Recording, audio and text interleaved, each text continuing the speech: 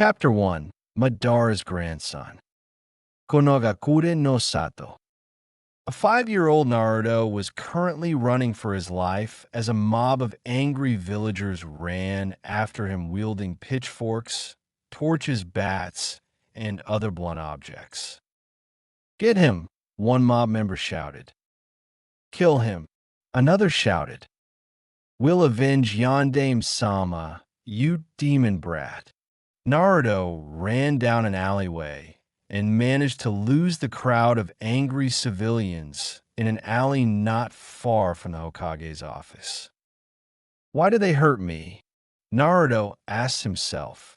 What did I ever do to deserve this? Found him.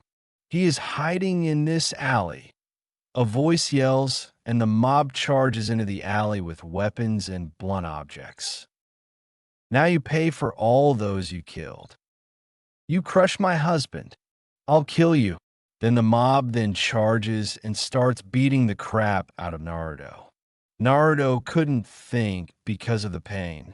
Eventually the crowd leaves a battered, bruised, and bleeding Naruto in the alleyway. What did I ever do to deserve this?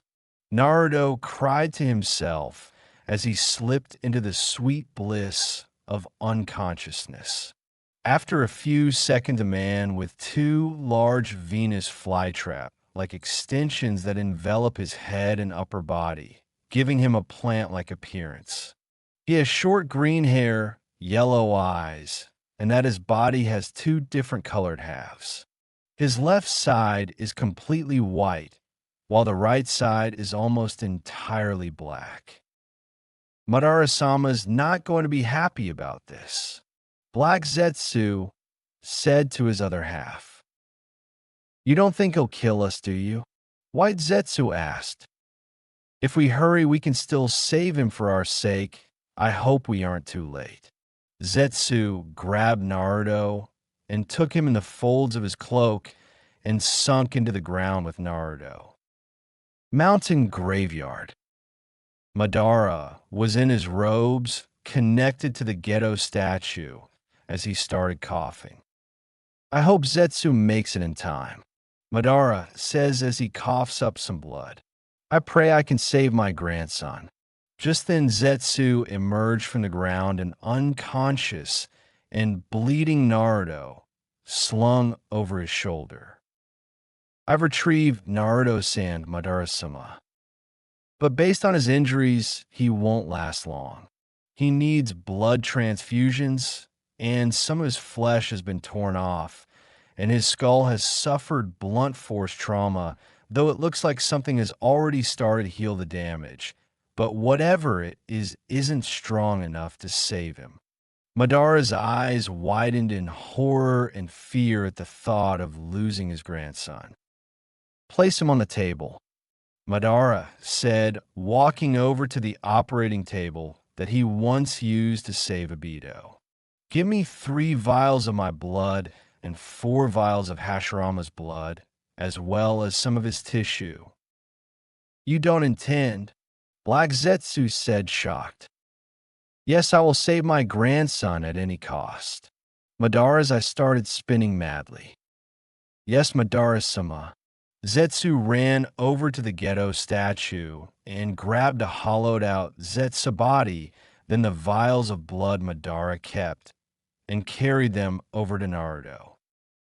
"All right, now place the body around Naruto, and I will use a very powerful medical ninjutsu to merge the outer and inner skin layers that will stop the bleeding and heal his internal injuries."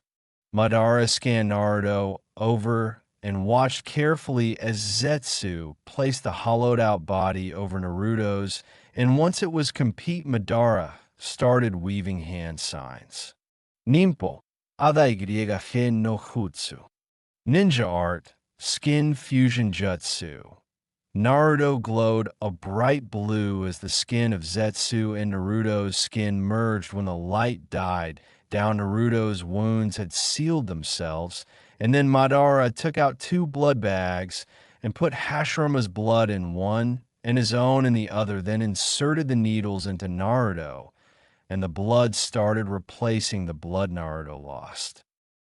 In Incredible, the boy took in your blood and Hashirama's without a single adverse side effect. He's my grandson after all. Madara then saw a spark of all too familiar red chakra. Zetsu, lift the boy's shirt. But Dash. Do it, Madara roared. Why, yes, sir. Zetsu lifted up Naruto's shirt, and Madara saw the hack Fuin in all its glory. From what little I know of sealing jutsu, this is an 8 tetragram seal, and if that chakra I saw is what I think it is, then my grandson is my pet Jinchuriki. Then Obito will go after this boy in order to complete Project Tsuki no Mi. Then my path is clear. Madara looked back at Naruto's sleeping face. I must train this boy. He is my legacy. I won't let Obito hurt him. Just then Naruto's eyes shot open, and he saw Madara and Zetsu standing over him.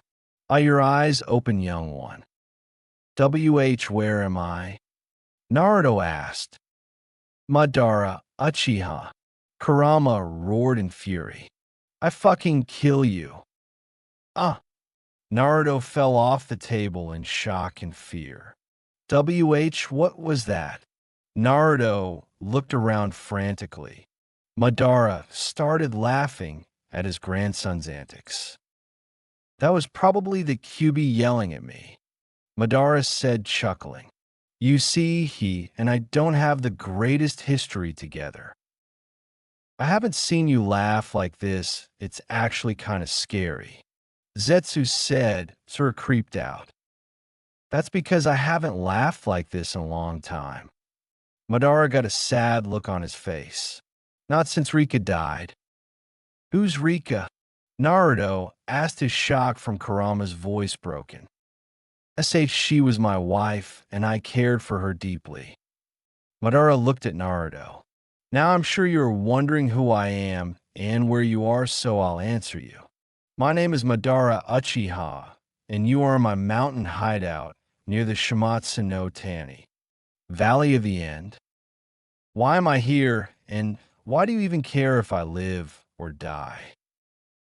You asked it like I shouldn't. Madara says, surprised. Because most people don't care what happens to me. They'd sooner see me dead than help me. Well, I'll tell you who I am to you. As I said, my name is Madara Uchiha, and the reason I care what happens to you is because you're my grandson. Chapter 2, Madara's Past. I'm your what? Naruto shouted. You are my grandson. Your father was my son who I thought had perished with my wife during an attempt on my life. Madara said, who was my father? Your father's name was Minato Namikaze, otherwise known as the Yondaime Hokage. Naruto's world collapsed around him as Madara's words fell on his ears. You're joking, right? Naruto laughed a bit, but when he saw that Madara and Zetsu were silent, he stopped.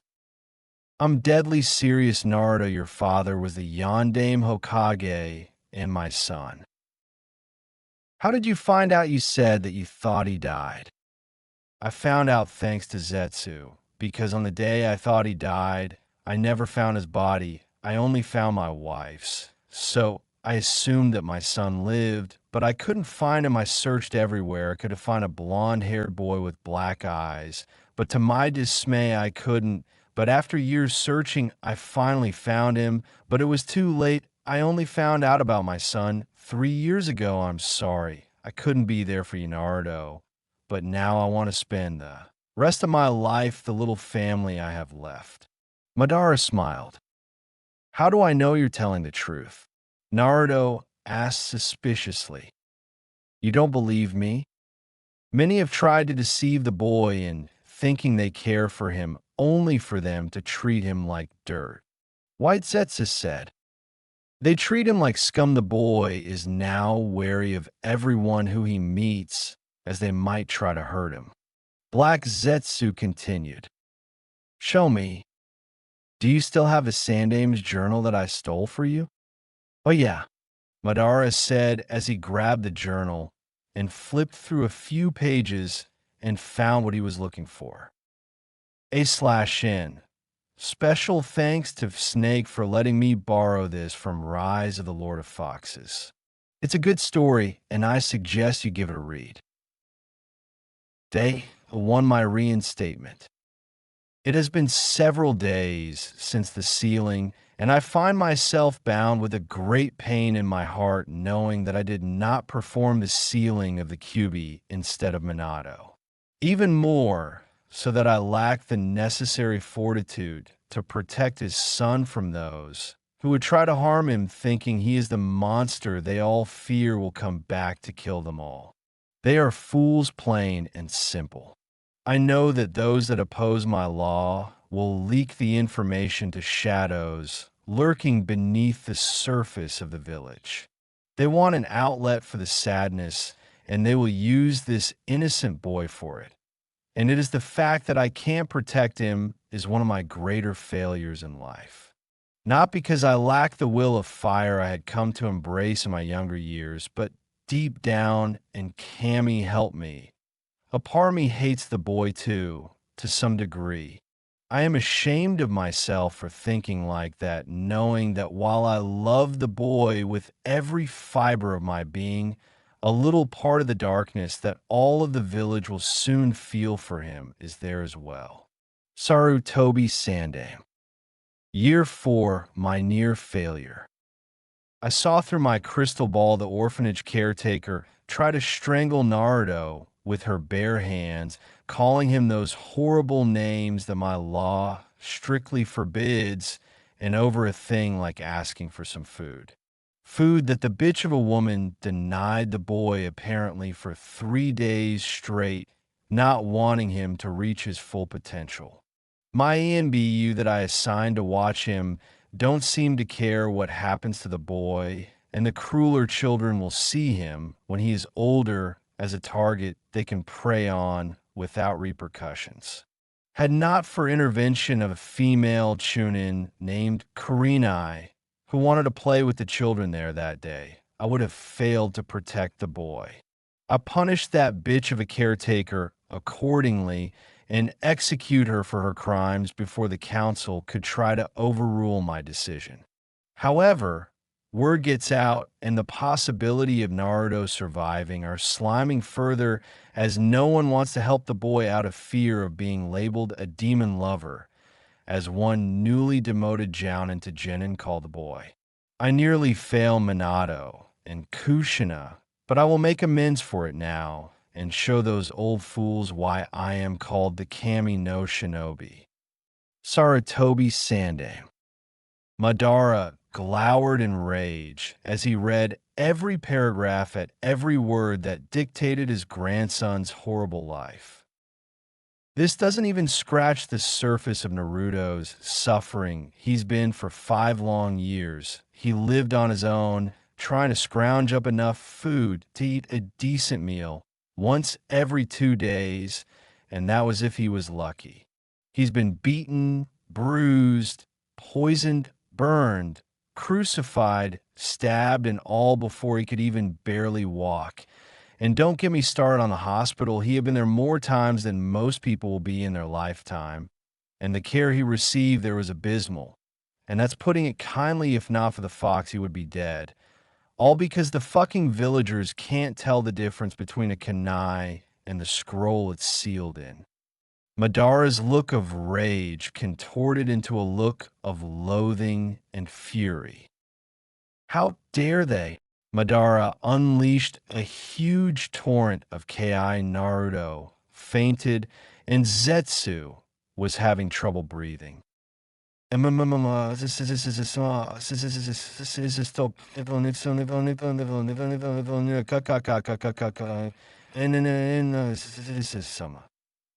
Zetsu choked out, and Madara stopped his Ki, and after a few minutes Naruto woke up. What was that? Naruto asked. I'm sorry, Naruto-kun, but they've hurt you, and I just got so angry I unleashed my full Ki. Can you forgive me? That was awesome. Naruto shouted excitedly. You gotta show me how to do that, Madara Gigi. He's so like Eureka, rest in peace, my love. Madara thought as he watched his grandson going on and on about how cool his Gigi was. All right, Naruto, settle down. Madara grew a tick mark when Naruto kept bouncing. Settle down. Madara roared, unleashed a tiny fraction of Ki to shut Naruto up. All right, now that I have you attention, it's time for me to begin your training under me. Before we begin, there is something I need to tell you. What is that, Madara Gigi? By the time that this exercise program is complete, you will hate me. You will wish me dead, but in the end, there is one thing you can't argue with. What is that? The results. When I'm done with your training, you will be the most powerful shinobi of your age group. All right, Gigi, what do I need to do to get started? First off, I'm going to have Zetsu get you some weights, but in the meantime, you and I will discuss the Sharingan, as it is your birthright. What's the Sharingan? The Sharingan's abilities consist of two parts, the Eye of Insight and the Eye of Hypnotism. The first of the Sharingan's powers is being able to see chakra flow. The Sharingan itself gives color to chakra, allowing the wielder to differentiate them. They are also able to tell if a person is under a Jinjutsu, because the person's chakra flow would be irregular. The Sharingan's second most prominent ability grants the user an incredible clarity of perception, allowing them to easily recognize Jinjutsu and different forms of chakra, though not to the same extent as the Byakugan. This also allows the user to pick up on subtle details, enabling them to read lip movements. Madara explains. What do you mean? Naruto tilts his head confused. In other words, you can copy hand signs, pencil movements, and see through pretty much any Jinjutsu place on you or others. Madara says, dumbing it down as he remembers he's talking to someone who hadn't grown up in Uchiha. I've got an awesome eye technique. I'm going to be Hokage for sure. Naruto says, thrusting his fist in the air. Hokage. Madara's eyes widen in shock. You want to be Hokage? Why? Because that way everyone will acknowledge me for my power. Even I haven't been a Kage, and I know that's a stupid reason for trying to be one. Hey, listen, I'll tell you something that Hashirama told me. People don't get acknowledged because they are Hokage, rather acknowledged people become Hokage. However, the true definition of Hokage is someone who will lay down their lives for his comrades and will struggle on until the very end to protect his home, and those who burn with a will of fire. I think I understand. I promise I'll do what you asked me. Just then, Zetsu walked in with some weighted clothing. I bought the weighted clothing as you asked, Madara-sama, and I'm ready to begin training with Naruto-sama when you are. Excellent, Zetsu. Good work. Now Naruto. Madara turned to Naruto with a sadistic smile on his face. Shall we dance? Konohagakure no Sato, 3 days later. Sarutobi was pacing his office, worry etched deep in his withered face. Naruto, where are you? What has happened to you? Sarutobi thought as he paced around the room. Just then there was a knock at the door. Enter, Sarutobi said, quickly hopping for news on Naruto. Then an Umbu with silver-spiked hair walked in. Sandaime-sama, we've looked all over the village. No one has seen hide no hair of Naruto. He's not at his home. He hasn't been by Ichiraka Ramen at all. We've even used the Inuzuka clan, and his scent just vanished in an alleyway not far from your office. But that's where the trail runs cold. I'm sorry, Sandame-sama, but I'm afraid that Naruto is gone. Inu responded. Damn, Sarutobi swore, and then he punched a hole in the wall next to him. Then Sarutobi started crying openly. I'm sorry, Minato. Kushina, I've failed you, and now Naruto has paid the price for my arrogance. Sarutobi wiped his eyes and turns to Inu. Summon the council for an emergency meeting. Yes, sir. Inu runs out of the room. Half an hour later, the council had assembled in the council room. What is the meaning of this, Sarutobi? Danzo asked. I'm here in regards to one Naruto Uzumaki. Finally decided to kill the demon. One member of the civilian council asked smugly, which was met with a lot happy murmuring. Just then Inu appeared behind the man and slit his throat. He kill him? Mabuki said, shocked.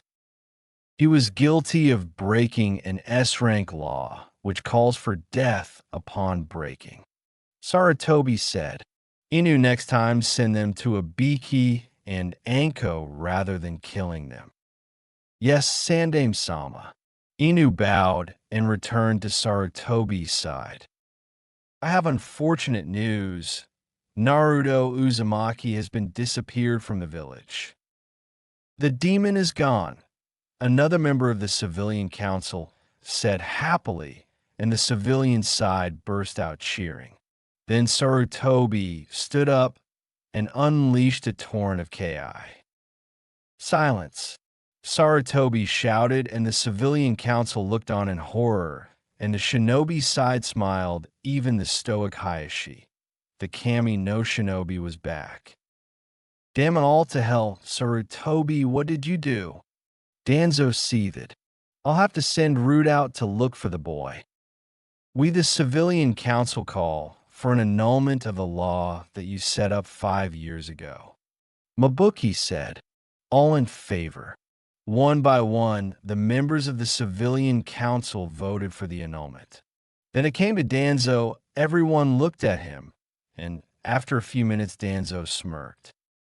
I, Danzo Shimura, personal advisor to the Sandame Hokage, support the annulment of the law. Danzo said, then he turned to Koharu and Hamura, nodding ever so slightly. I, Hamura Mitokado, personal advisor to the Sandame Hokage, support the annulment of the law. Hamura said, I, Koharu Udatane, personal advisor to the Sandame Hokage, support the annulment of the law. I, Fugako Uchiha, head of the Uchiha clan, support the annulment of the law, Fugaka said. All opposed. Mabuki said, I, Sarutobi Hiruzen, Sandame Hokage, and head of the Sarutobi clan, reject the annulment of the law. Sarutobi said, I, Shibi Aburame, head of the Aburame clan, reject the annulment of the law. Shibi said, I, Shikaka Nara, head of the Nara clan, reject the annulment of the law. Shikaku said, I, Tsum Inuzuka, head of the Inuzuka clan, reject the annulment of the law. Some said, I, Inoichi Yamanaka, head of the Yamanaka clan, reject the annulment of the law. Inoichi said, I, Choza Akimichi, head of the Akimichi clan, reject the annulment of the law. I, Hayashi Hyuga, head of the Hyuga clan, reject the annulment of the law. In a 10-7 vote, the law is annulled. Danzo said, now I, Mabuki Haruno, call for the arrest of the Umbu Inu for murder of a member of the civilian council. Denied. Sarutobi said flatly. You can't do that, Mabuki screeched. Oh, but I very much can. You see, Inu is an umbu, and as such I'm the only who gets a vote in this matter, and as such I vote that he can't be charged as the law was still in effect, and as such Inu, you are free to go.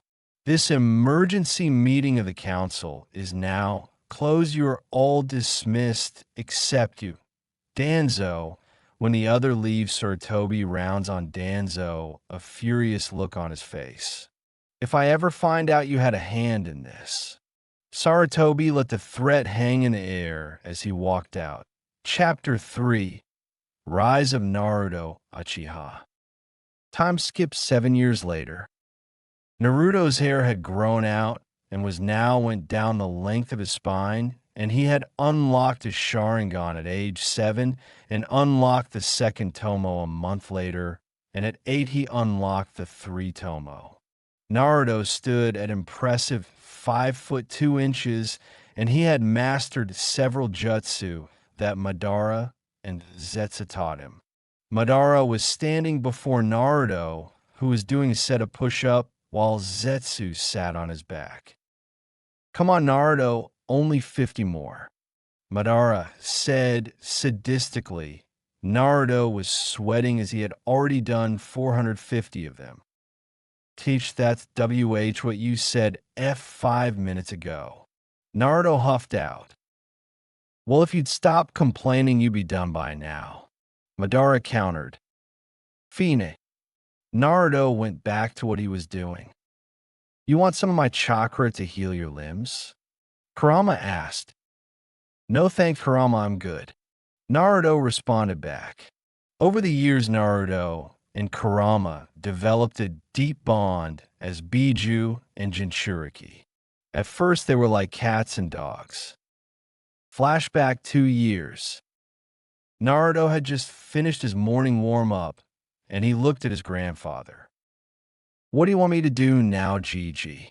Naruto asked.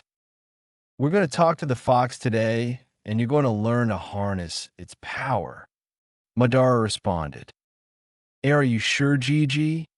Naruto asked, a little frightened. Don't worry, Naruto. Your Gigi will protect you. Madara smiled.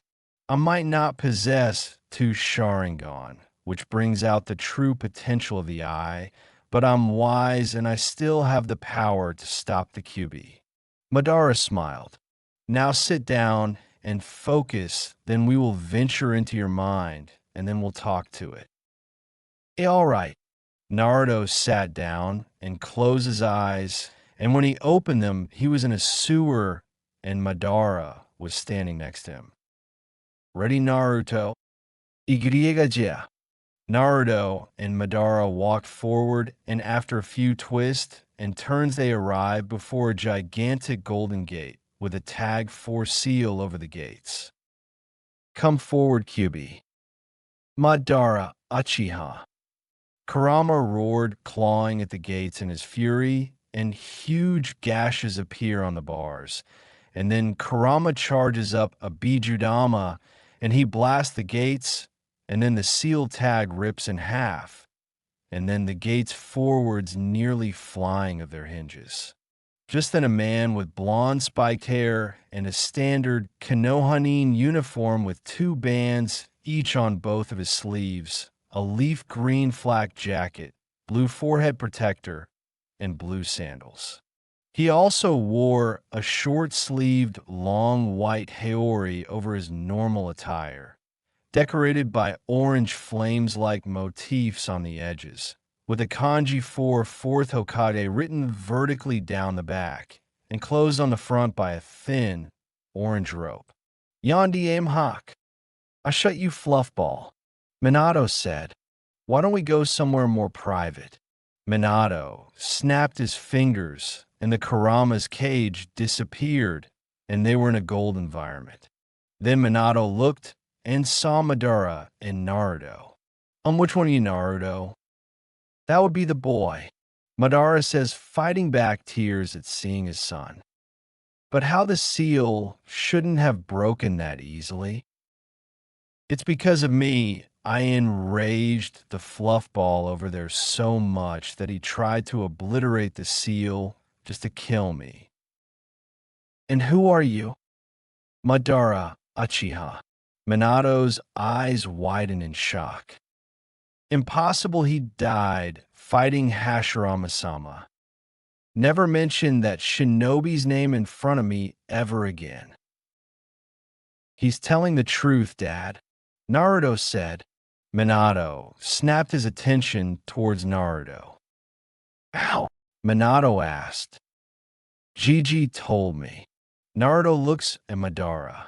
Don't you have something to say, Gigi? Minato looks between the two, obviously confused. Minato Namikaze, I know this won't be easy for you to hear, but I'm your father, Madara said, and Minato's eyes widened in shock. How? Don't you remember me, your mother? Anything? I remember a woman with blonde hair and a man, and beyond that, everything is fuzzy. Maybe you'll remember this. Madara inhaled and then said in a sweet voice, Bamboo leaves are rustling, rustling, swaying close to the roof's edge. Oh, how the stars are twinkling, twinkling. Gold and silver grains of sand. 5 wishes. I have written. The stars are twinkling and watching from the sky. As Madara sang the song, Minato's eyes started tearing up as the memories came flooding back. That song. Minato's eyes tear up even more. My mother sung that song to me every night before I go to bed, but one day I woke up not in my home, but in an orphanage. Do you know what happened to my mother?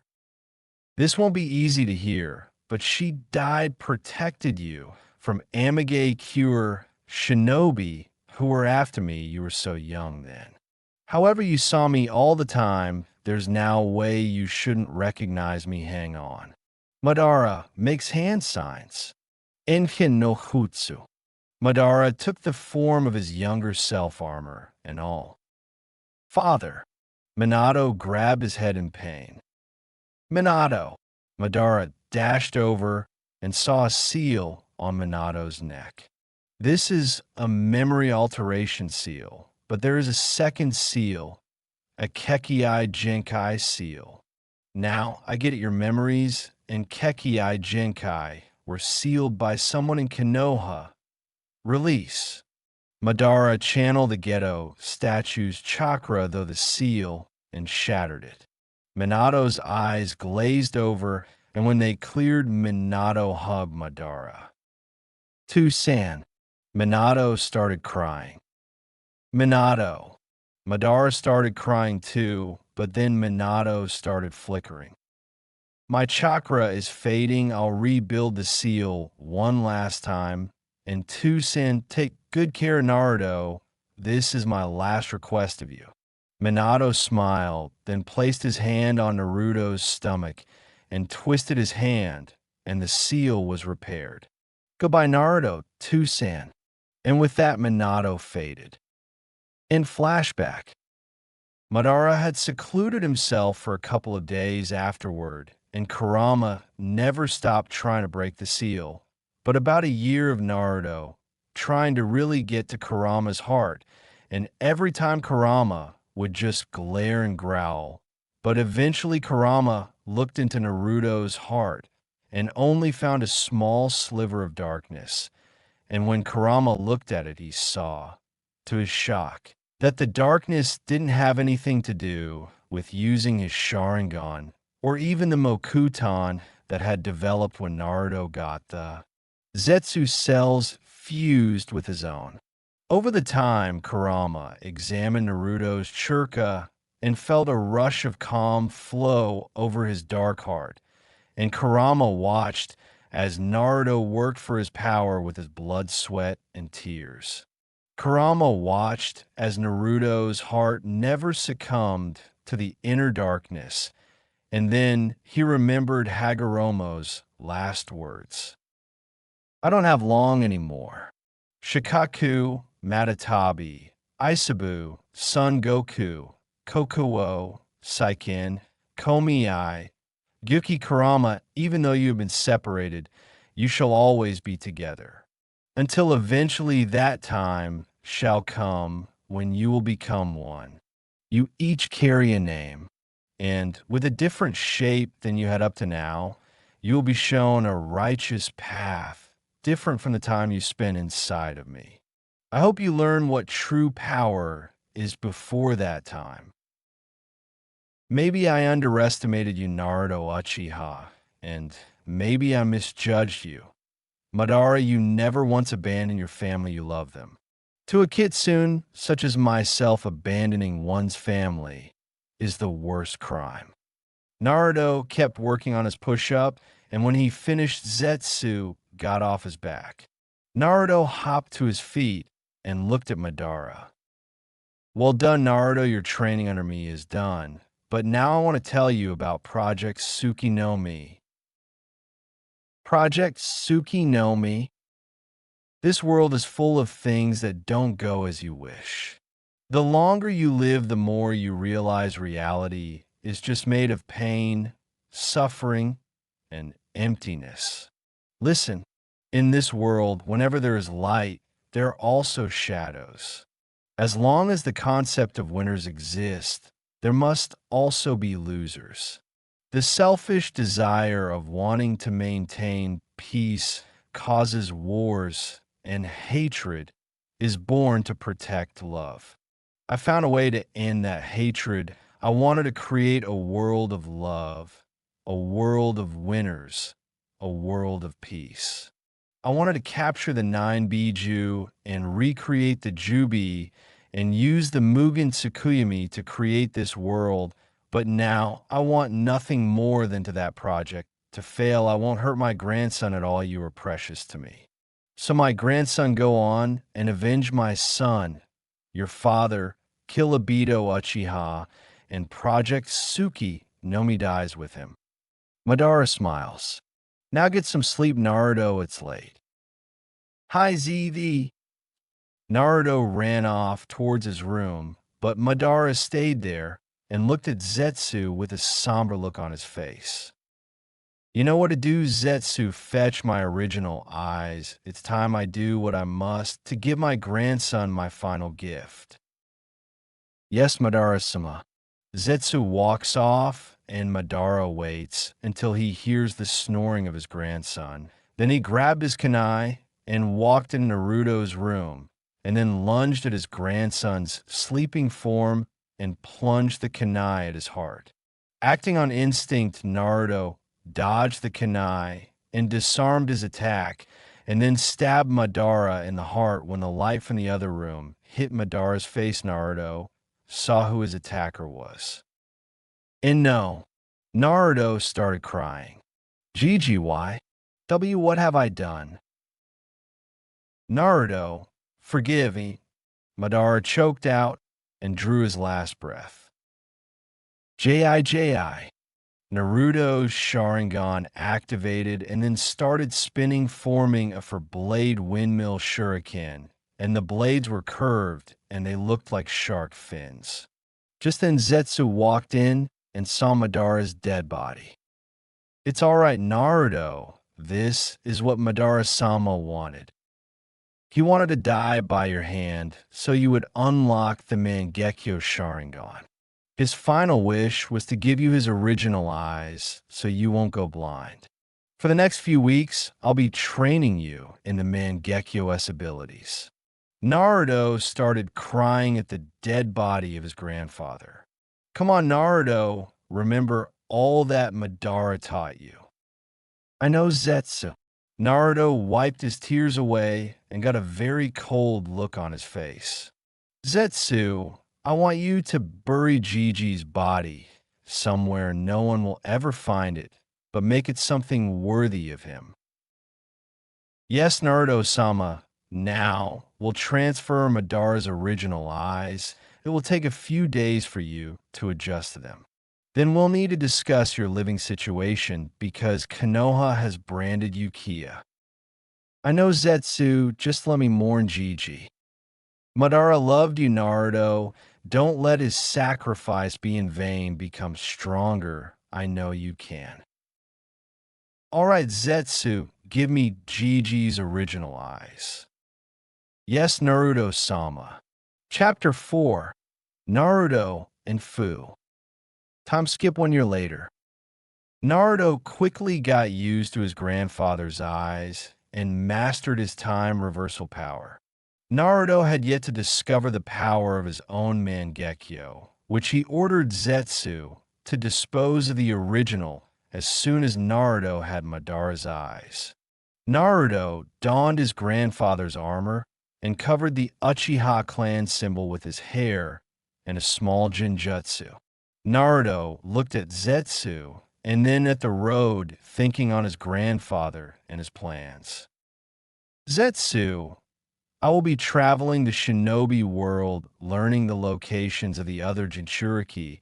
If you have any suggestions on where I should start, I'd love to hear them. According to my intel, the Nanabai Jinchuriki is in Takigakure no Sato. That will be the first place I go build a reputation. Then when you're ready, return to Konoha and show them the power of Naruto Uchiha. Thank you, Zetsu. Keep me posted on Obito's movements, and keep my movements a secret for as long as possible. We can't let Obito lose trust in you yet. Yes, Naruto-sama. Zetsu sunk into the ground. Naruto took one last look at the mountain graveyard as it went up in smoke. Then he leapt off towards the Shimatsu no Tani. When he arrived, he looked at the statue of his grandfather, then leapt up the side and into the ear and found his grandfather's body lying there peacefully in a bed of flowers. Hey Gigi, it's me. I hope you can forgive me. I know this is what you wanted, but I still miss you. I'll become strong. I'll make you proud, Gigi.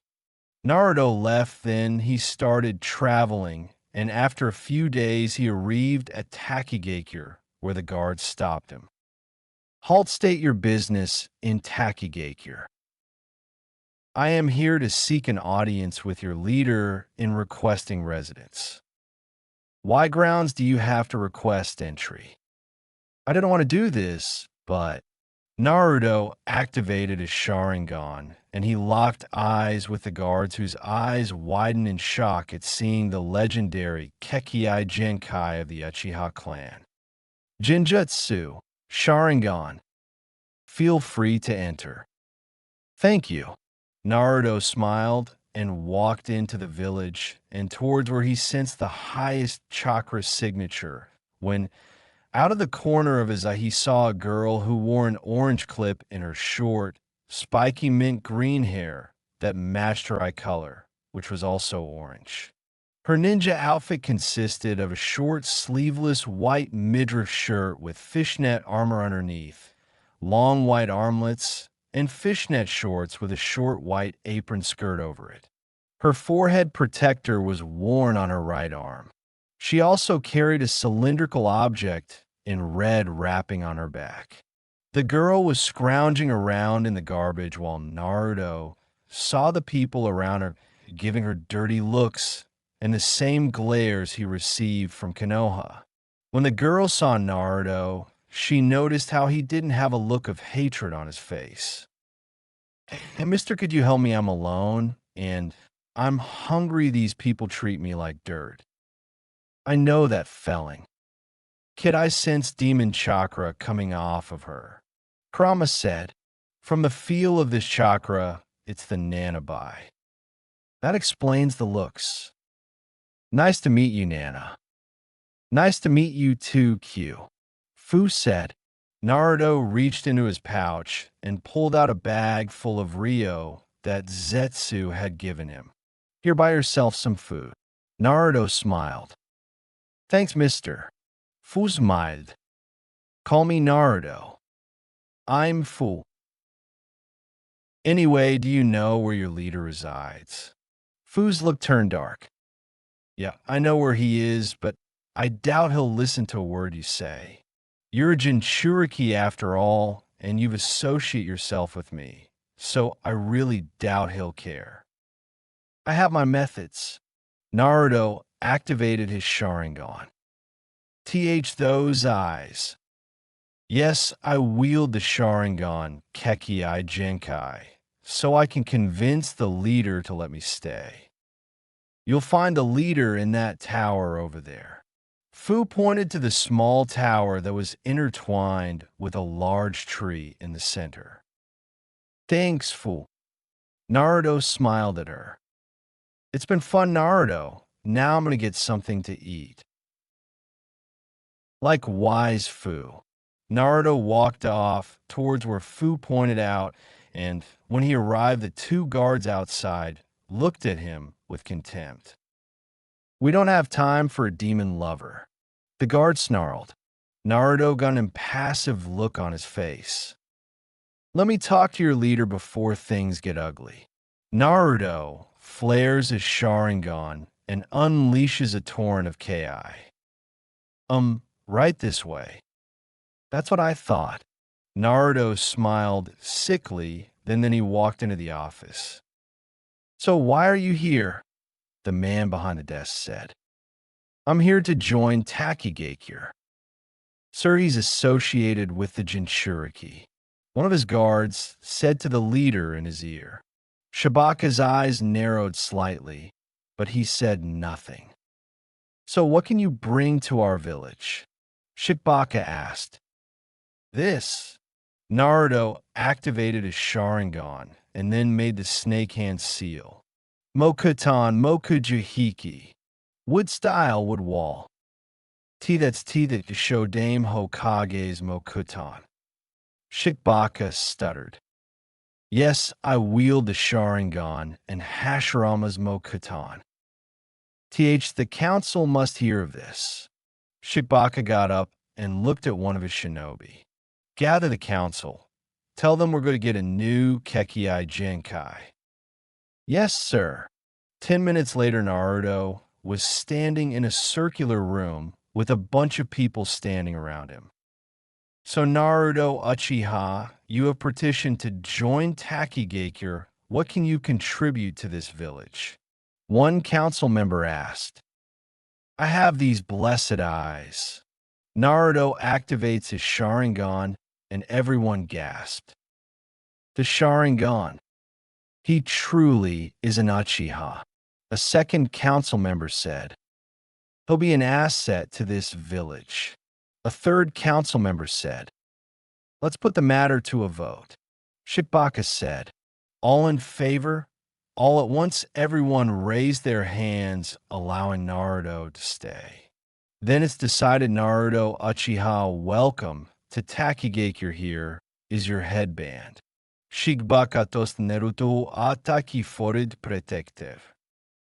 Thank you, Shibaka-sama. Naruto bowed. Then he walked out, and to his surprise, Fu was standing outside. You're a Taki shinobi. Fu said happily as she saw his forehead protector. Yeah, I am now. I was wondering if you wanted to do some training with me? Sure, I can teach you about Taki. Then let's go.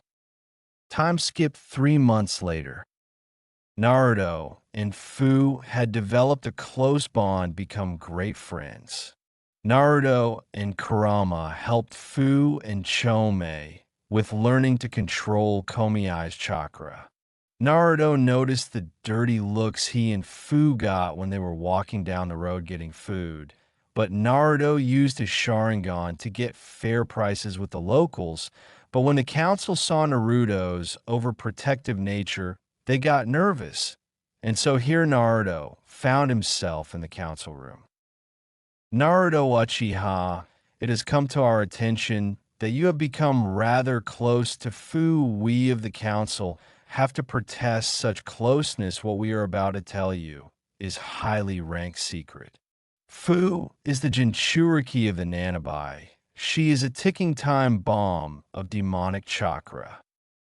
With all due respect, I'm sealing expert, and I've learned a lot, and one of the first things I learned was how to recognize a faulty seal and Fu has exhibited nothing of the sort.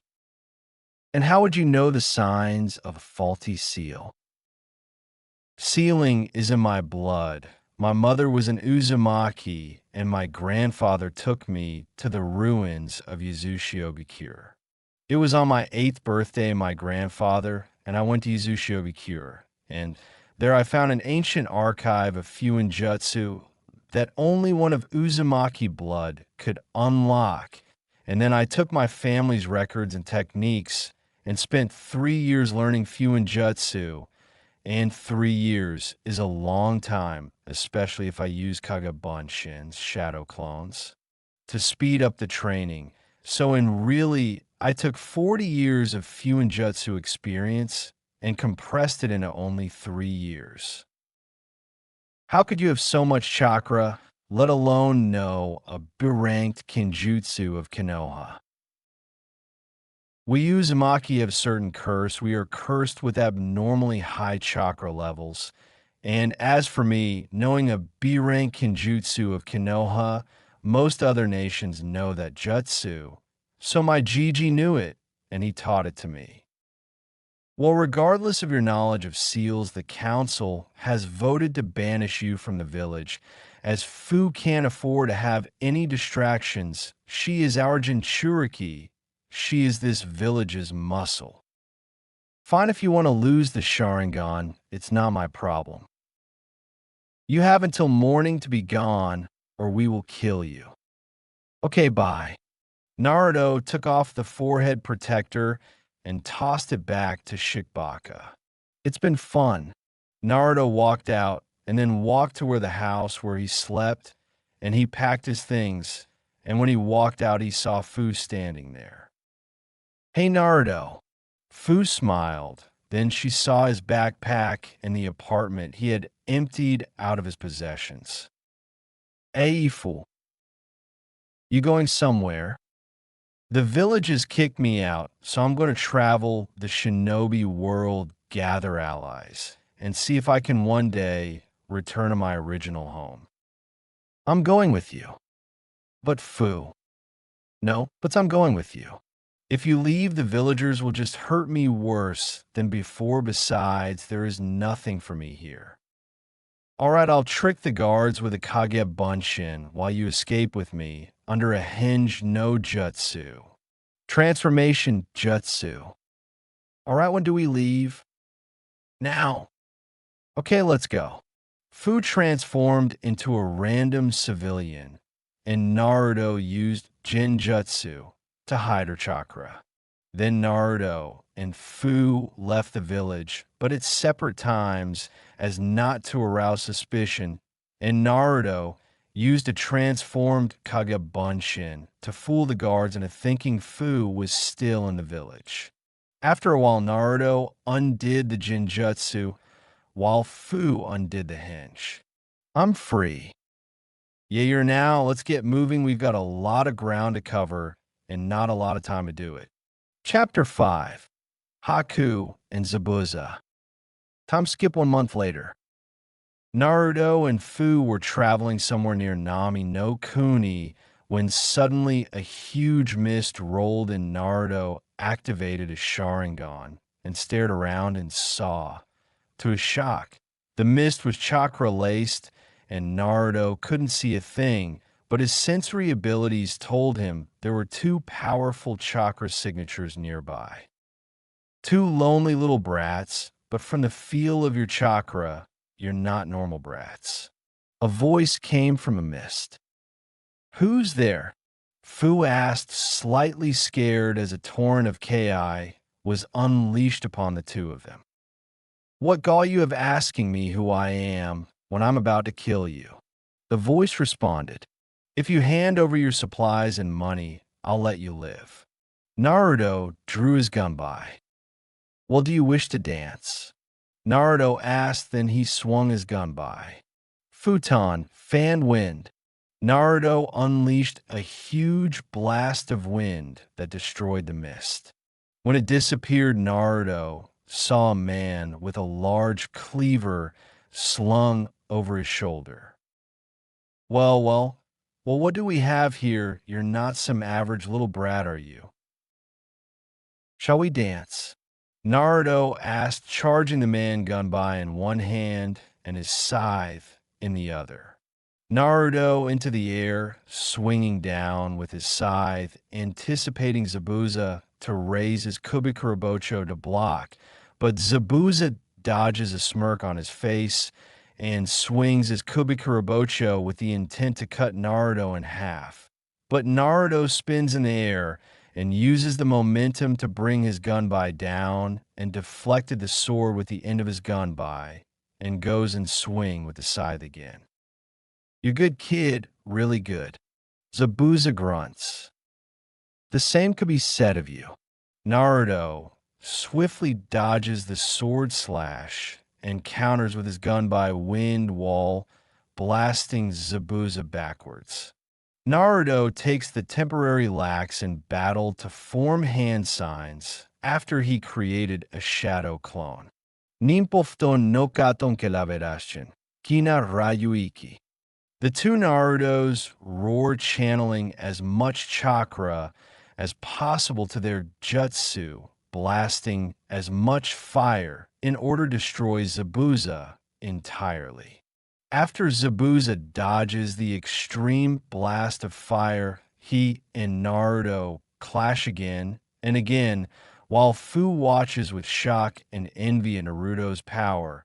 But eventually Zabuza overwhelmed Naruto and held his sword up to Naruto's throat. You're not bad, kid. Who trained you? My grandfather, Madara Uchiha. You're Madara Uchiha's grandson. Yes, but he died at the Shimatsu no Tani.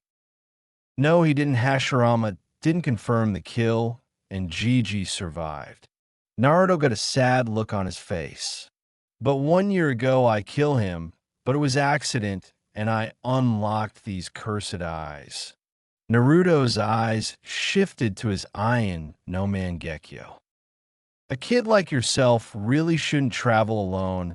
Why don't you join me? And Haku, you both possess strength, but the girl needs to learn to resist Ki, but I can train her. Thank you, but I never got your name. My name is Zabuza Momochi, the Kirigakure no Kijin. My name is Naruto Uchiha, and this is my friend Fu. She and I are technically Rouge Shinobi from Takigakure. I was banished, so I have no village association, but Fu is a registered Takigakure Nukni. As in Rinpon, no Fu. I've heard of you, kid. Zabuza turns to Fu. You've got a high bounty on your head from Takigakure, but it says you already captured you alive. That's because I'm a Jinchuriki. They want me back, so they can place a control seal on me, so I never run away or have free will. Well, then you and Naruto are welcome to join us. Zabuza turned to a nearby tree. Haku, come out and introduce yourself to your new teammates. Haku jumped down and held out his hand. Hello, Naruto-san, Fu-san. I am Haku, and before you ask, I am a boy. Haku said, smiling. Nice to meet you too, Haku. Fu smiled. Nice to meet you too, Haku. Naruto smiled. Now, brats, I'll be training you up to an Umbu level. Fu, I want you to start mastering your Rinpon techniques, and then we'll work on some ninjutsu after we discover your affinity. Naruto, I want you to work on your reaction time, as well as ocular prowess, for that you will train with Haku. She's the fastest, so you'll need to train your body to match what your eyes can see. Yes, Zabuza sensei. Fu and Naruto said. Haku and Naruto faced each other, and Naruto activated his Sharingan. Haku made a single hand sign. Mangekyō Hyosho. Crystal ice mirrors. Haku made a dome of mirrors, and Naruto eyes stung for a moment before involuntarily shifting to his Mangekyō Sharingan. Before understanding of the technique, came with his ocular prowess. Naruto-san, why have you activated your Mangekyō? These eyes, Naruto said, shocked. They must allow me to copy elemental Kekkai Genkai.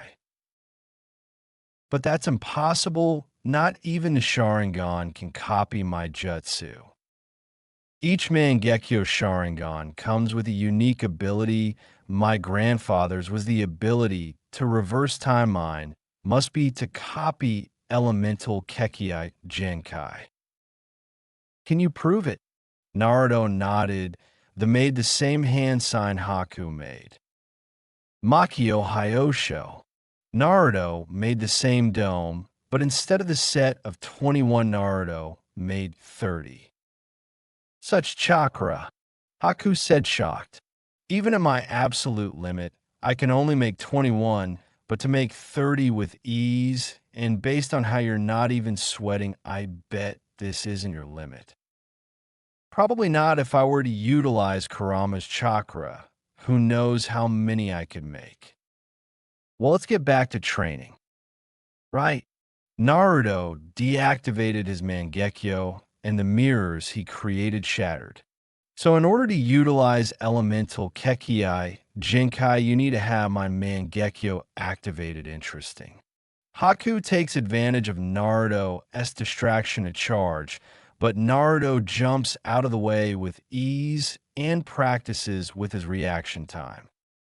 Time skip 1 month later. Naruto, Fu, Haku, Zabuza, Meizu, and Gozu were all facing a short little man who barely came up to Fu's waist. Over the past month, Fu had mastered Rinpun techniques, including Rinpun Kagure and Rinpun Bakusai. Over the time, they learned that Fu had a wind affinity as well as fire affinity. Naruto's reaction time was on his father's level, and he had learned to master several Hayaton ninjutsu and invented several of his own. All right, then it's agreed. The 6 of you will kill Tizuna, and in exchange I will pay you 22 million Ryo. Gato said. All right, Gato, you got yourself a deal. Zabuza responded. Gato walks out of the room, and his guards follow him. Zabuza-sama, who will we send to kill him? Haku wa 6. Haku, let's send the demon brothers. I am sure they can handle whatever puny ninja the leaf will send, as Gato has bleed this country dry. They could only pay for a C rank as most. Zabuza says. Yes, Zabuza-sama. Meizu and Guzo responded. Then they departed, and Naruto got a sour look on his face. Then he started to walk out, but Zabuza placed a hand on his shoulder. Naruto, something wrong? Zabuza asked. I know we need the money, but I have a moral problem with this mission. We are shinobi. We aren't meant to allow our emotions to interfere. I'll tell you something I told my grandfather when he told me something similar. My grandfather once told me this. Love is not necessary. Power is the only true necessity. However, I counter with this. To suppress our emotions, it will lead to weakness and despair. They will surface every time we try. They will destroy us from the inside out. Love is just as necessary as hate. To suppress one emotion is to suppress them all, and it limits our ability to think clearly and adapt to situations. To my shock, Madara Gigi agreed with me and started tearing up, as those are the same words my Bachan, Rika, told him once. Whoa, that's deep, Naruto, but I guess you have a point, but I have a reputation to uphold. I can't ask you to like this mission, but we have to finish it. All right, Zabuza-sensei, I'll do it, but don't expect me to like it. Naruto walked off toward a small room where he slept and closed his eyes and started meditating. And when he opened his eyes, he was in his forest mindscape, and he walked towards Kurama's cave. Kurama, come on out, we need to talk. Kurama walked forward and looked at his host. What did you want to talk about, kid? I need to train with your chakra, but to do that properly, I would need the key to your seal. Any idea where I can get that? The last thing I saw before I was sealed was a toad by the name of, give me a minute. Kurama thought for a minute, then his eyes snapped open.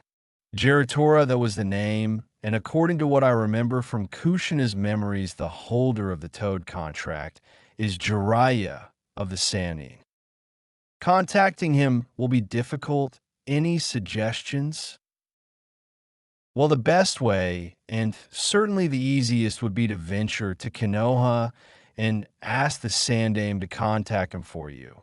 But as you and Konoha don't have the greatest history, that's not a great option. Another way would be to do something that would require Jiraiya to use his spy network to locate you and track you. For that, I suggest you attack some shinobi of Konoha and let them live, but tell them your name, which will force them to report that to Saratobi, and that will get Jiraiya looking for you. Thanks, Kurama. I think that second option will be easier, as even the Oni Kyodai fail, the Konoha shinobi will be on high alert, and that's when Zabuza-sensei and I make our move. You're clever, Kit. I like that about you. Kurama smiled. See you, Kurama. And then Naruto fade from his mind, and when he opened his eyes, he saw Fu sitting on her bed, Komi eyes, chakra, swirling around her like a whirlwind of energy. As Naruto watched as the first tail sprouted and a few seconds later the second tail, and another few seconds the third, then fourth, but as the fifth tail emerged, Fu's skin started to turn red as she started losing control. Oh boy. Naruto started weaving hand signs. Mokuton, Mokuryu no Jutsu, wooden dragon jutsu. Naruto held out his hand, and the wooden dragon shot from it and wrapped around Fu, suppressing the chakra, while simultaneously absorbing it form a small orchid of trees. Thanks, Naruto. Fu huffed out. No problem. Next time, let me know when you start training with Komi-Ai's chakra. Gotcha. Time skipped 3 days later. Failed. What do you mean they failed? Gato shouted at Zabuza. Stop whining. This time I will go personally, and this sword will be the last thing he sees. Zabuza says as he swings his sword and holds just in front of Gato's throat. You sure about that? Apparently the old man hired some protection, and they have several high-ranking ninja with him. Since your first attempt failed, they will be watching. It will take someone with very advanced skills. Who do you think you're dealing with? I am Zabuza Momochi, the Kirigakure no Kijin. Zabuza turned to Naruto. Naruto, you come with me for backup. Yes, sensei, Naruto said. Then he ran back into his room and grabbed his gunbai and the scythe Naruto, then shouldered them and followed Zabuza out of the room, and they leaped through the trees, and Zabuza started motioning to Naruto, who nodded and took his position and suppressed his chakra. Just then a boy with the Inazuka tattoos on his face threw a kunai Zabuza, but he substituted with the snow rabbit they carried with them. Kibabaka, the pink-haired girl shouted. Stop playing with kunai, you nearly killed the poor rabbit. I swear there was someone there, Sakura, Kiba said. Kiba was right, Sakura, and if you used your brain for 5 seconds, you'd realize that this rabbit was raised indoors away from the light, meaning its only purpose was for a kawarimi. A girl with a beige jacket and lavender eyes. Oh, shut up, Hinata, Sakura responded. Hinata, Naruto thought. Where have I heard that name before? Naruto had a contemplating look on his face. That's it. Naruto remembered the little girl who he rescued from bullies back when he was 4. Flashback 9 years ago. Naruto was walking down the road, not too far from a nearby section of the forest that encompassed part of Konoha hands as pockets. When he hears a noise quite a few feet away, Naruto runs towards the noise and sees a few bullies picking on a girl with short blue hair and pale eyes. So pathetic, as if you could ever be a true Hyuga. "El, leave me alone," the girl responds. "Please leave me alone." One of them mocks, "Please don't hurt me. If you were truly a Hyuga, you would make us stop." They all start laughing at the girl when Naruto steps out of the wall behind them. "Back off," Naruto snarls. "And who are you to defend this pansy of a Hyuga?" the first one says. "Wait, I know that guy," the second one said. "He's that brat my parents told me to stay away from." "Oh, you mean that brat who keeps going on about being Hokage?" "The same. Of this ought to be good, let's teach him a lesson." Naruto started weaving hand signs.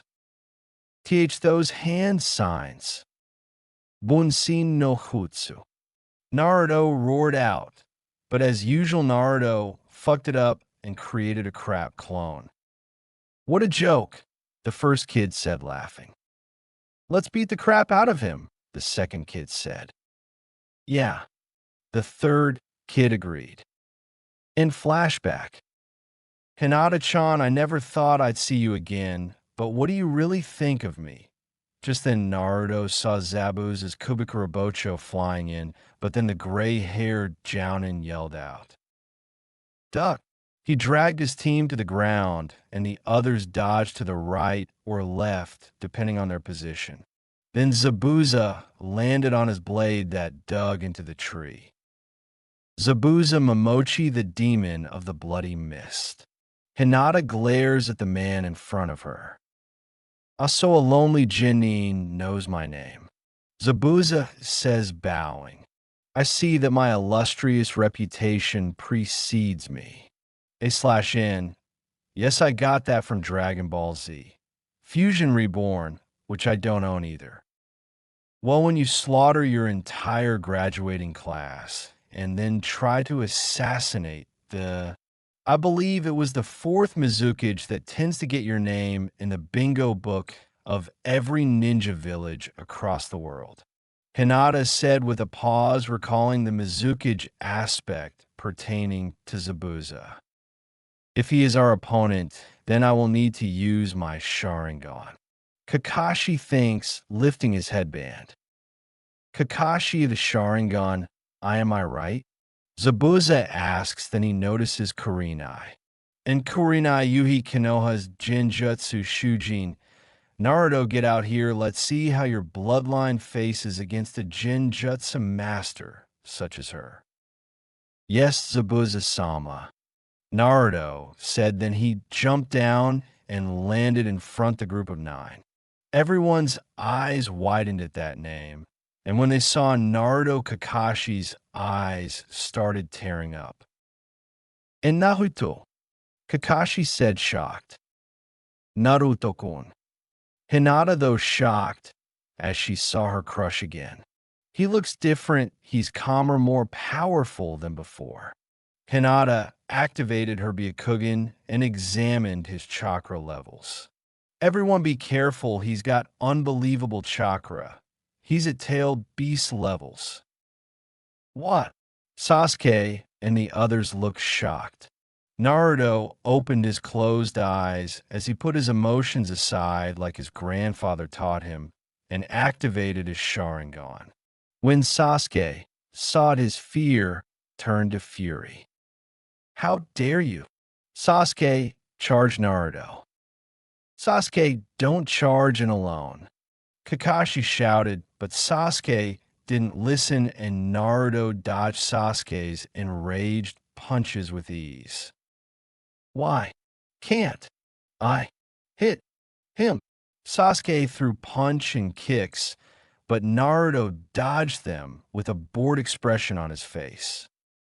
Enough, Naruto scoffed, and he disappeared from Sasuke's sight in a burst of speed. Then he dropped under Sasuke's guard and slammed his fist right into Sasuke's gut. Then he flipped over Sasuke and kicked him in the back, sending Sasuke flying into a tree. When he made contact, Sasuke collapsed into unconsciousness. So, Kikkoin, Sakura shouted and ran to her love. You're dead. Sakura rushed Naruto, but Naruto dodged her strikes with no effort. Then Naruto grabbed his gunbai and swung it. When Naruto swung the gunbai, 3 tornadoes of fire, but because of Sakura's closeness to the gunbai, she was blasted by all 3 tornadoes. Sakura was sent flying, and she landed into the water, her clothes singed, and her skin was suffering from third-degree burns. Naruto, you jerk, I'll fucking kill you. You ruined my hair and clothes. You are pathetic. Naruto stuck his gunbai point into the ground. Zabuza-sama, do I have permission to kill whoever gets in my way?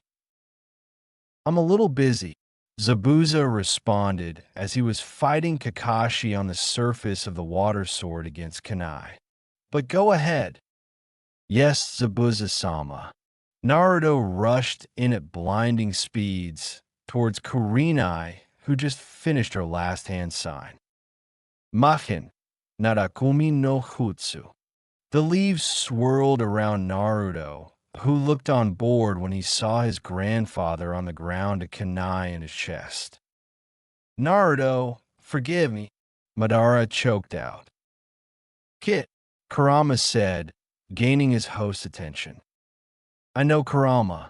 Naruto flared his chakra and unleashed a torrent of Ki that floored even Zabuza. How dare you? Naruto roared, and he started weaving hand signs. Katan, Goku Mekyaku, fire style, great fire annihilation. Naruto unleashed a gigantic breath of flame towards his foes, obliterating anything and everything in its path. Hinata struggled to her feet, fighting off the Ki with thoughts of protecting her comrades. Shugo, Hack, Rokuguynsshou, 8 trigrams, 64 palms guard. Hinata unleashed a huge torrent of chakra as the sphere of chakra thought the torrent of fire protecting her teammates. However, Kurenai started running for her life. Bitch! Naruto roared, and he activated his Iron no Mangekyō. Susanoo. Naruto started channeling chakra into the Susanoo palm. Yatsaka Magatama.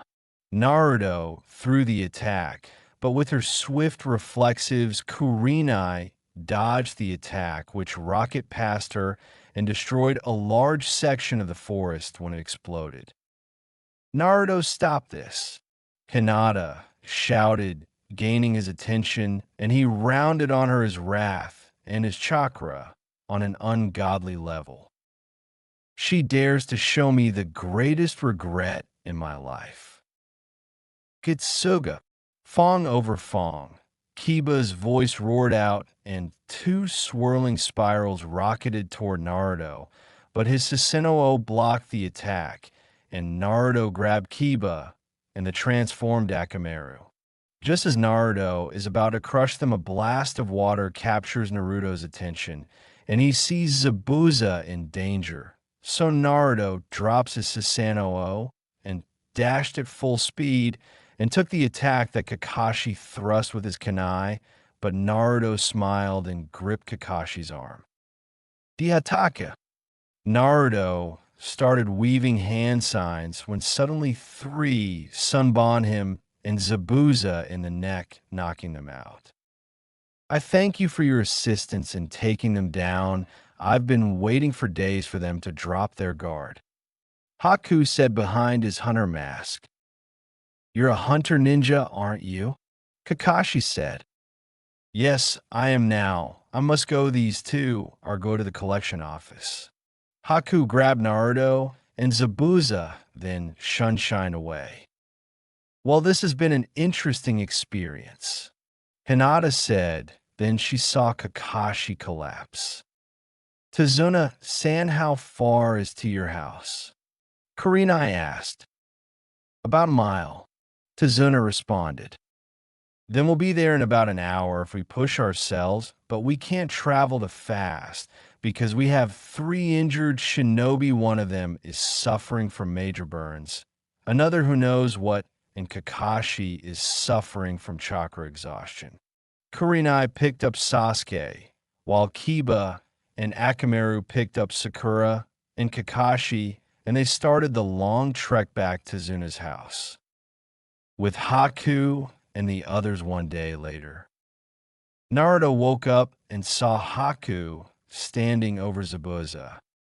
Damn it, Haku, what the hell was that for? Naruto asked as he got to his feet.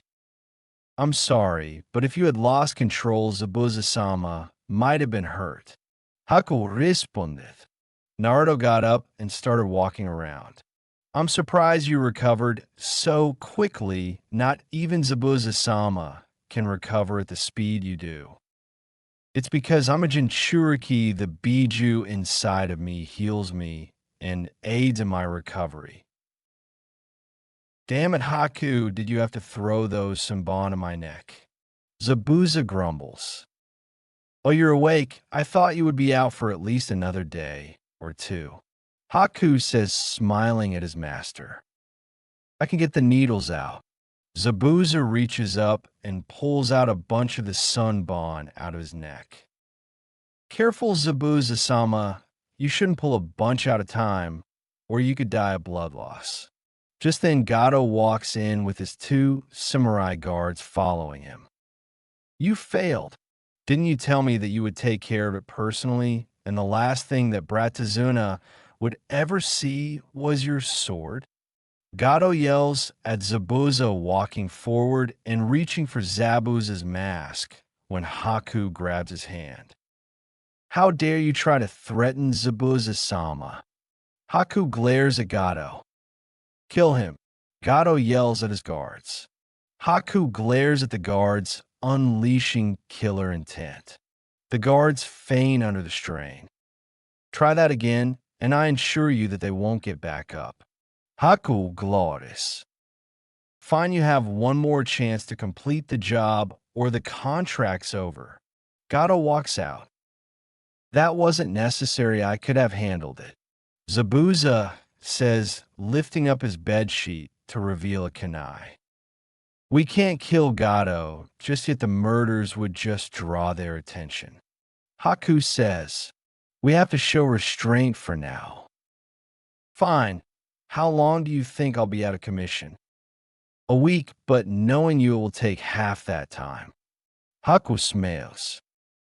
I'm going for a walk, Haku. Do you need me to look for any supplies to aid in Zabuza's recovery? Naruto asked.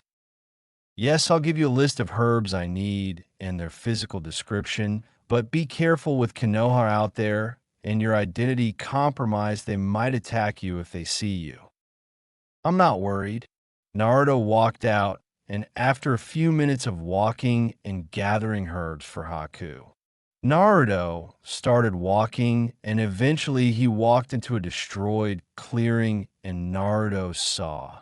To his shock, Hinata was lying there fast asleep. Naruto scanned her over with his Sharingan and saw she was suffering from minor chakra exhaustion, and she would awaken momentarily. Naruto walked over to her, and he shook her shoulder.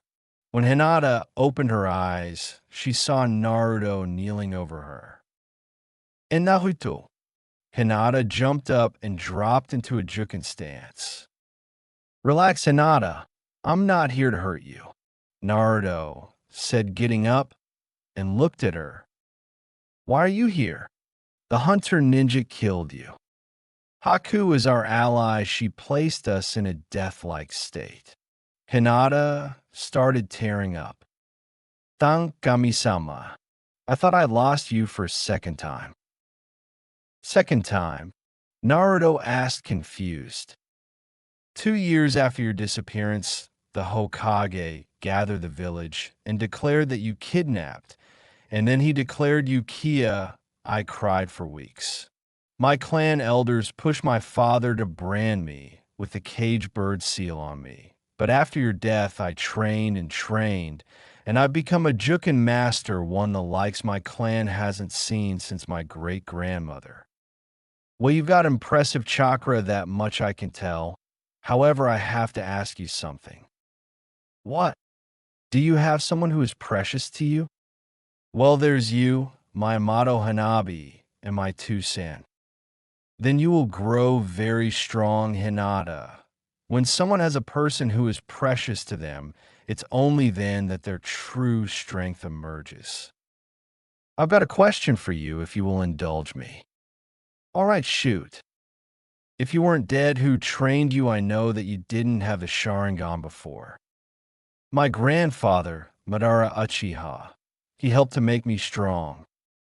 What did Kurenai Sensei make you see that sent you into a rage like that? You see, 2 years ago, my grandfather was dying. The force that had keep him alive was failing him, and as such he wanted to die on his terms, not on anyone else's. So while I slept, he crept into the room that I slept in and tried to plunge a kunai into my heart. But my reaction time and instincts kicked in, and I dodged the blow, disarmed him, and plunged the same kunai into Madaraji's heart. His last words were, Naruto, forgive me. Then he dropped dead, and I unlocked these cursed eyes. Naruto activated his Iron no Mangekyō. What is that? My Iron no Mangekyō Sharingan. You see, over time, the regular Mangekyō would go blind, cutting off the light from the user's eyes forever. But you can avoid this by transplanting the eyes of a direct relative. Unlock the final form of these eyes. My original eyes are gone. I disposed of them. I don't want them falling into anyone else's hands. Naruto started looking at Hinata. It's been fun, Hinata, but I've got to go. Naruto smiled. Then he leapt off towards where Haku was waiting. Naruto handed Haku the herbs, then went for a walk. After a while of walking, Naruto came across one of Gado's hidden hideouts by complete accident. Naruto saw Gado and an army of thugs walking into the hideout, and Naruto decided to follow Gado, and he activated his Sharingan while concealing his chakra. So according to the Haku, Brad Zabuza will be back in business within the week. Now the moment those Konoha shinobi weaken Zabuza and his cronies, we finish them, then sell the girls on the slave market. Gado said to his gang of thugs, but you're to bring me the Hyuga girl. I'm going to break her in personally. Naruto was seething at this point, but managed to suppress his chakra. But he'd heard enough and shunned Shine to the hideout. When he arrived, Naruto immediately went to Zabuza, who was sitting up in bed. On Naruto, did you bring the herbs I asked for? Haku said as he gave Zabuza some tea to drink. Yeah, I did, but I'm afraid I've come across a very important piece of information. And then there's something I need your help with, Zabuza-sensei. What's the news? Haku asked. Gado plans to betray us after you recover. How do you know? Zabuza asked. I overheard him talking to an army of thugs. Here, let me show you. Naruto activated his Sharingan and cast his Jinjutsu on Zabuza, showing him the memory. What do we do, Zabuza-sensei? Get Fu, and we'll think on a plan. Yes, Zabuza-sensei. Naruto left and walked to Fu's room. Then he knocked on the door. What is it? Fu's voice came from behind the door. Zabuza-sensei want to see us for an update on our mission. All right, give me a minute. Fu walked out, and then she and Naruto walked to Zabuza and Haku, just then Naruto, since Zetsu's churka nearby. Zabuza-sensei, Haku. Fu, I need to talk to someone, but if I'm right, he can help us. All right, Naruto, but hurry up. Zabuza responded. Naruto nodded and walked outside, and Zetsu rose up out of the ground. What news do you have to report, Zetsu? Obito is on the move. Black Zetsu responded. He's headed to Kirigakure to take advantage of the Sanbai Jinchuriki and weaken them by waging war on the Kekkei Genkai users. Keep me posted on his movements. Yes, Naruto-sama, White Zetsu said. Before you go, I need your help with something. What do you need, Naruto-sama? Bring me 3 white Zetsu clones, and then I'll need you to have them wrap around 3 Hinge-wood clones after they merge with their chakra. Yes, Naruto-sama. White Zetsu has 3 white Zetsu clones rise up from the ground. Follow me, Naruto commanded. Naruto and the Zetsu and the clones walked back into the room, and Zabuza, Haku, and Fu looked confused. This is Zetsu, say, hi Zetsu. Izetsu. Knock it off, Black Zetsu scolded. Why are you here? Zabuza asked. I am an ally of Naruto-sama. His orders are to help you 3. If you would place your hand on the white Zetsu clones, we can begin. Zabuza, Haku, and Fu place their hands on the clones, and they absorb the chakra and morph into exact replicas of the shinobi the clones touched. Now's my turn. Naruto started weaving hand signs. Mokuton Bunsin no Jutsu. Naruto forms 3 wood clones. Zetsu, use your clones and wrap around the clones, and I'll do the rest. Yes, Naruto-sama. White Zetsu says, and then the closes unravel themselves and then wrap themselves around the clones. Naruto starts weaving the same hand signs his grandfather used. Nimpo, adai griega gen no jutsu. The 3 clones glowed in the same blue that Naruto glowed when Madara preformed the jutsu. Then when the clones opened their eyes, they all had the Sharingan. Then they all shifted to the Mangekyō. Now I need to spend the next few days training the clones in your fighting styles so they can flawlessly take your places in the battle against Kakashi and his allies. Right, Fu said. But what is this plan exactly? These clones take your place in the battle, allowing us to deliver the final strike to Gato when I dispel the clones. All right, let's do this. Fu smiled. Time skips 6 days later. Naruto and the Zetsu-wood clones picked their gear and ran off towards the bridge. When they arrived, the Zabuza clone attacked the workers, knocking them out. Kirigakure no Jutsu. Zabuza.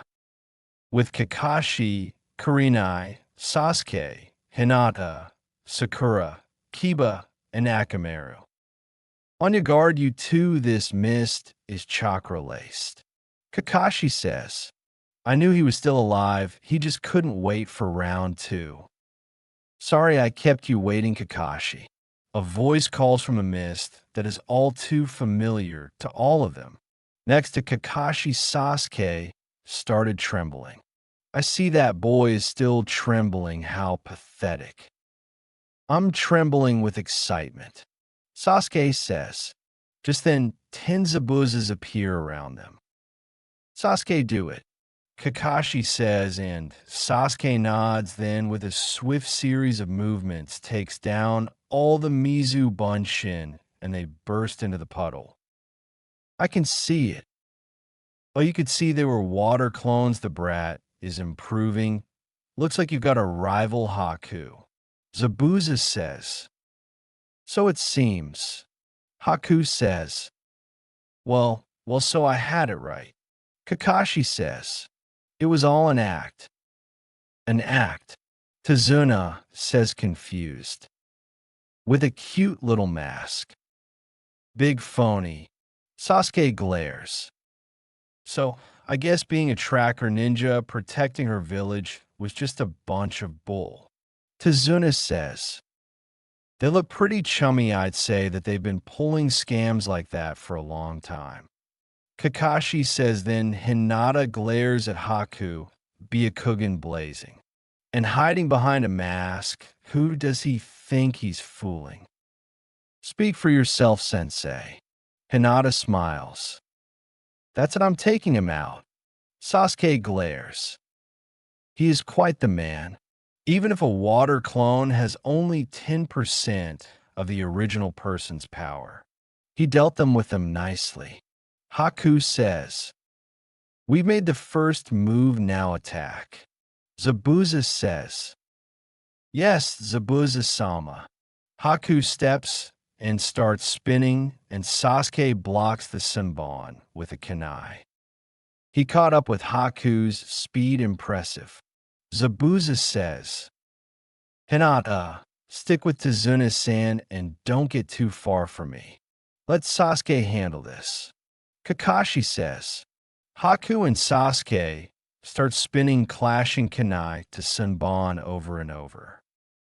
I don't want to kill you, but you won't back off, right? Fakuwa says.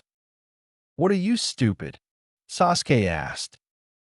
As I thought, but you'd be able to keep up with me or my next move.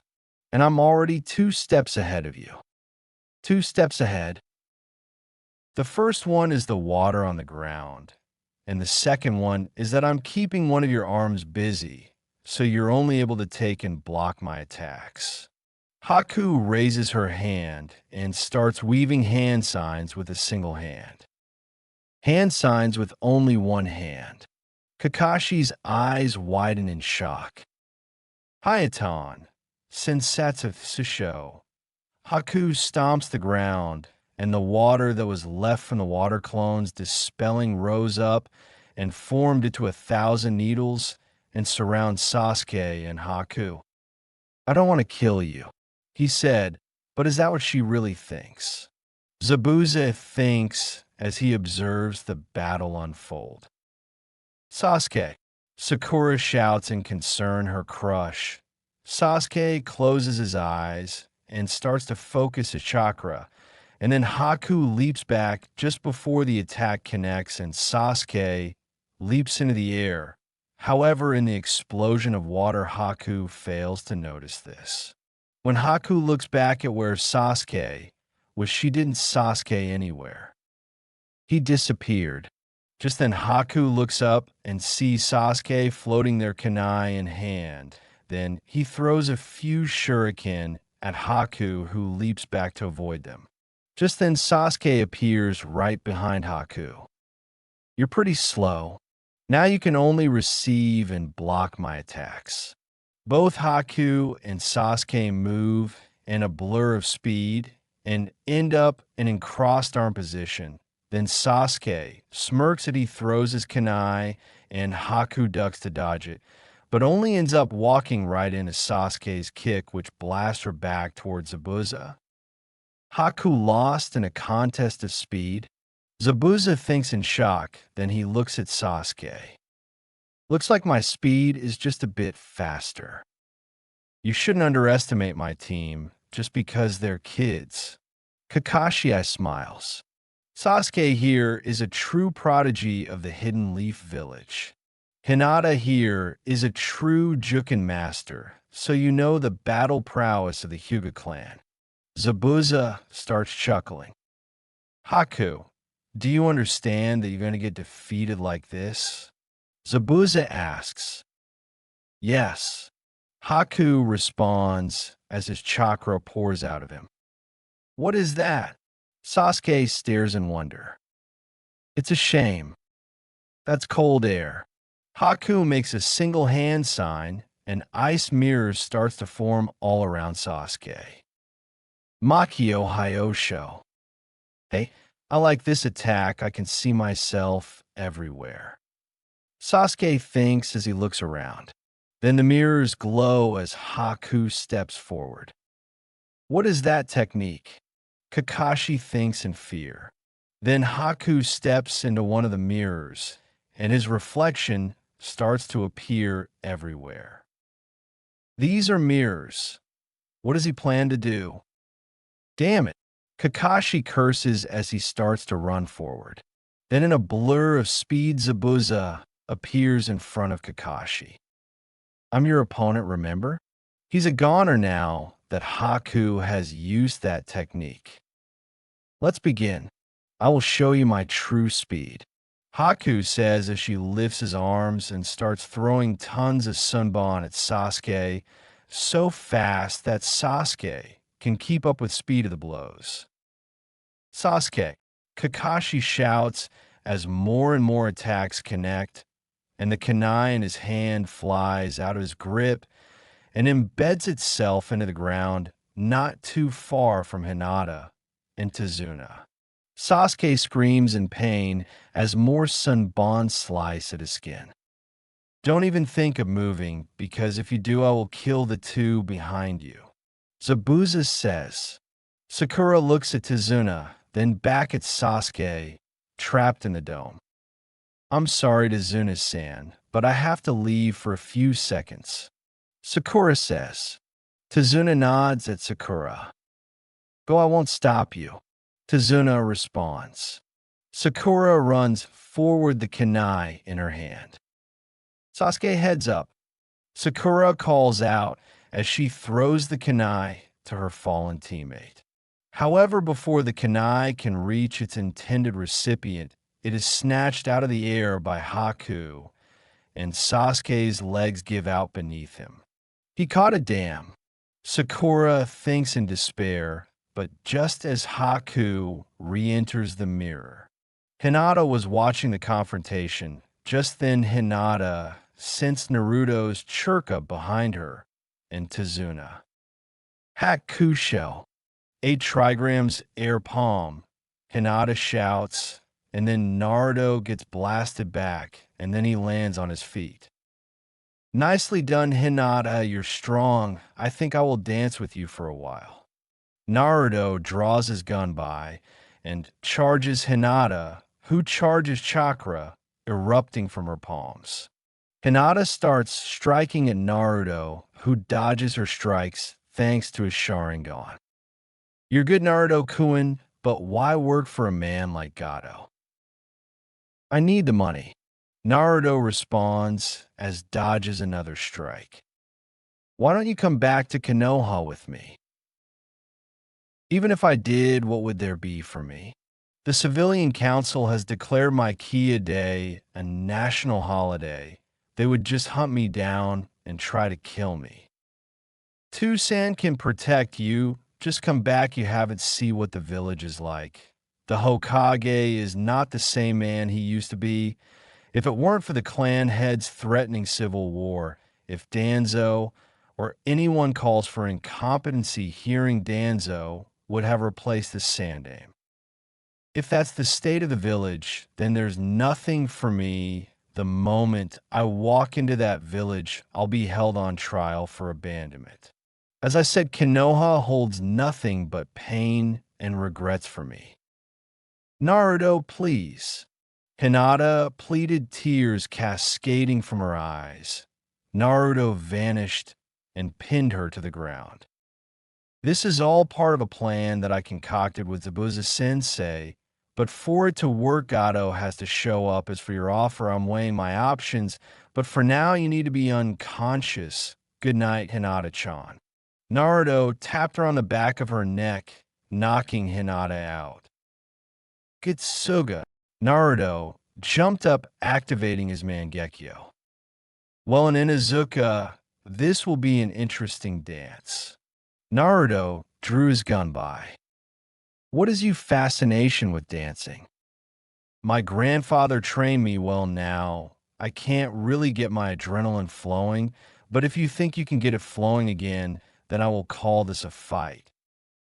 Akamaru. Arf. Akamaru came rocketing towards Naruto, who dodged and then weaved hand signs. Katon. Rayen Kanohutsu. Fire style. Dragon flame caterwall. That's Madara Uchiha's jutsu. I told you my grandfather taught me well. Just then Naruto heard the chirping of birds, and Naruto backhanded Kiba with Susanoo and saw Kakashi with lightning with his hand. Raikiri. Kakashi roared lightning blade. Naruto saw the jutsu with his Sharingan and copied the technique, and with the technique copied understanding, Bloom Naruto charged and slammed the palm of his Susanoo between the two, separating them with force of the impact. Sorry, Kakashi Hatake, but I can't let you kill Zabuza Sensei. Why, Naruto? What has he done to inspire such loyalty in you?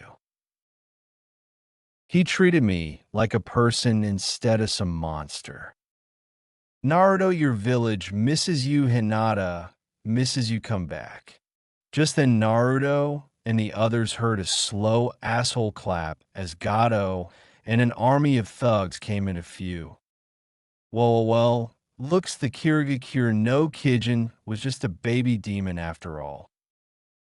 Seems you were right, Naruto, Zabuza said as he and the real Haku and Fu came jumping down from a lookout tower. How? Never heard of clones? Naruto asked Madara factly. You really should keep shinobi guards, especially if you plan to betray your employees. Naruto shook his head. Kakashi, stand down, we are no longer your enemies. Naruto channeled chakra into his Susanoo and fired off a string of Yatsaka Mangatamas at the thug army, obliterating them in seconds. Can someone please explain what's going on? Kiba shouted. We knew of Gato's plan to betray us, so I made some Mokuton Bunshins to fool him, but I guess my Haku clone went overboard, sorry, but the Uchiha's pretty banged up, but he'll live. How did you know? I spied on him and figured out. Naruto said matter-of-factly. But now you said you wanted me to return to Konoha, but I will only do so under one condition. If Zabuza, Haku, and Fu can join me there. I'll talk to Sarutobi-sama. By the way, I raided Gato's vault, and I'm giving the money to the Nami no Kuni as recompense for all the damage I've caused. Tazuna's eyes welled up with tears. Time skipped 2 weeks. Naruto and the others had helped finish the bridge. Then the group of 12 walked back. Hinata looked at Naruto, who was walking an aura of power radiating off him. You know, Hinata, if you want to talk to me, just say something. I'm not that hard to approach. Naruto joked. Well, sorry, mister. I'm Madara Uchiha's fucking grandson. It's just this is the first time I've seen you in 8 years, and you've grown handsome. Why do you care about some nobody when a perfect hunk of man like Sasuke-kun right here? Sakura asked. Shut up, Sakura, unless you want to be ashes before we get back to Konoha. Naruto growled. So Naruto, what's Madara like? Kiba asked. He was a kind and caring man, but a slave driver when he wanted to be, and no matter how many times I think about him, I have nothing but admiration for him. He was the first and the last family I had in this world, and now he's gone. Naruto got a sad look on his face. Dobe, I demand you teach me everything Madara taught you. Sasuke said, I won't dance with you, Sasuke Uchiha. You are far too arrogant. My grandfather would be ashamed to know he's related to someone like you. How dare you? I'm an elite among the Uchiha. Know you're a weakling. Your chakra levels are barely above Chunin level. Dancing with you would be absurd and pointless, and this is the last I'll say on the subject. How dare Dash? Naruto shuts Sasuke up by blasting him with an intense, focused blast of Ki. If you insist on dancing with me, then I will kill you, plain and simple. Sasuke made the wise decision not to say anything, but simply grunted, and they continued walking. Time skip 8 hours later. Naruto, Haku, Kakashi, Fu, and Zabuza were in Sarutobi's office while said man's eyes were welling up with tears.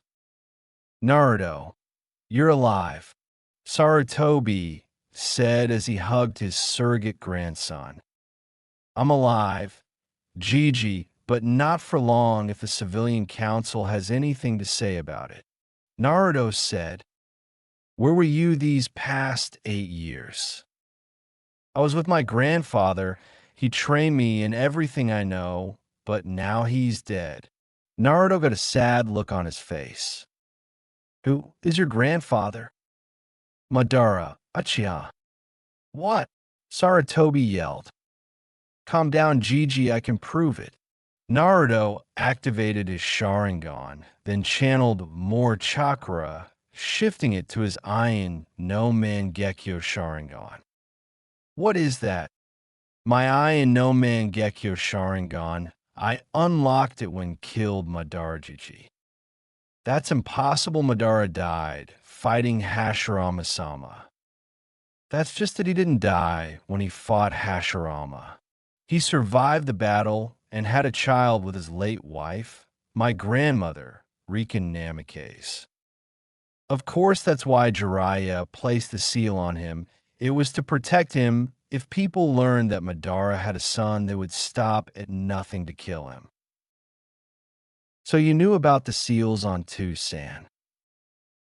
Yes, Jiraiya told me what they did, but why didn't you send a message to me telling me you were safe?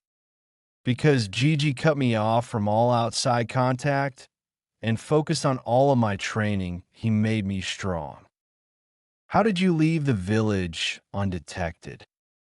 Zetsu took me to Gigi.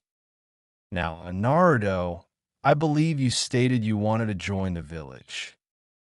I did, but only under the condition that Zabuza's sensei, Haku, and Fu are allowed to join too.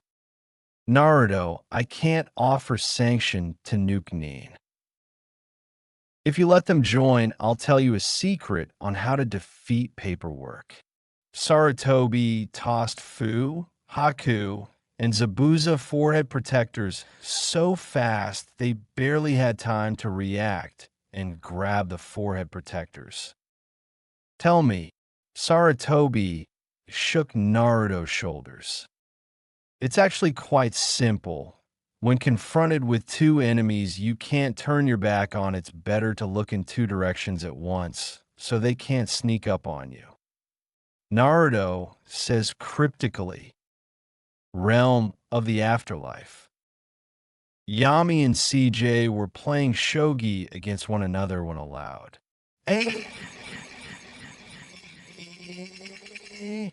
Was heard from down in Immortal Plane.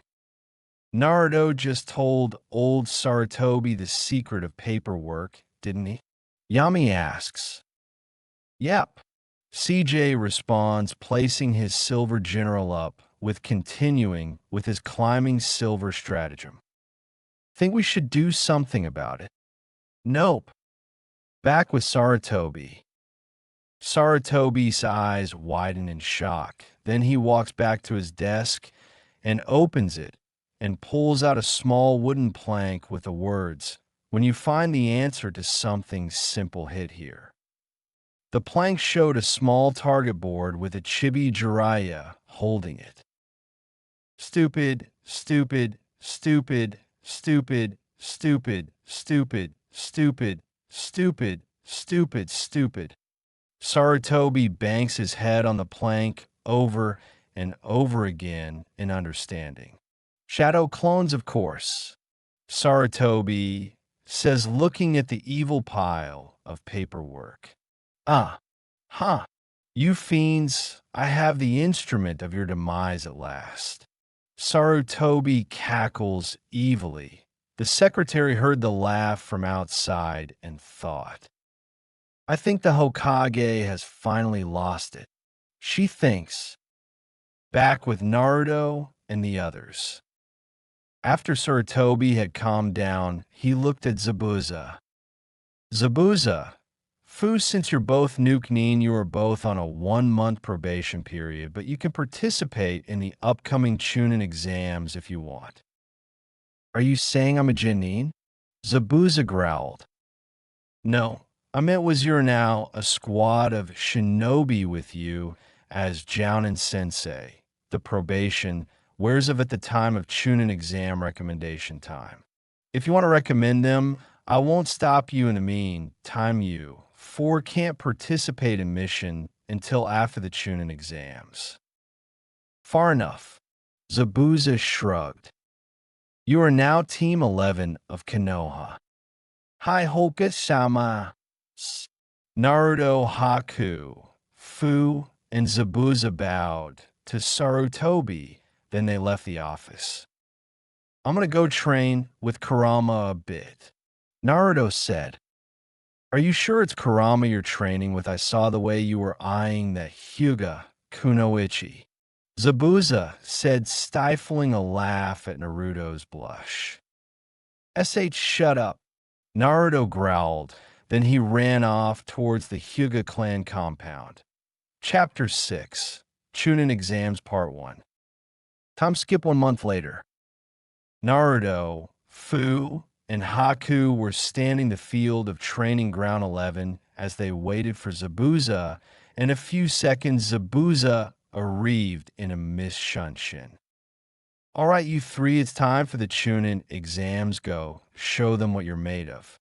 Zabuza said, Hi Zabuza-sensei.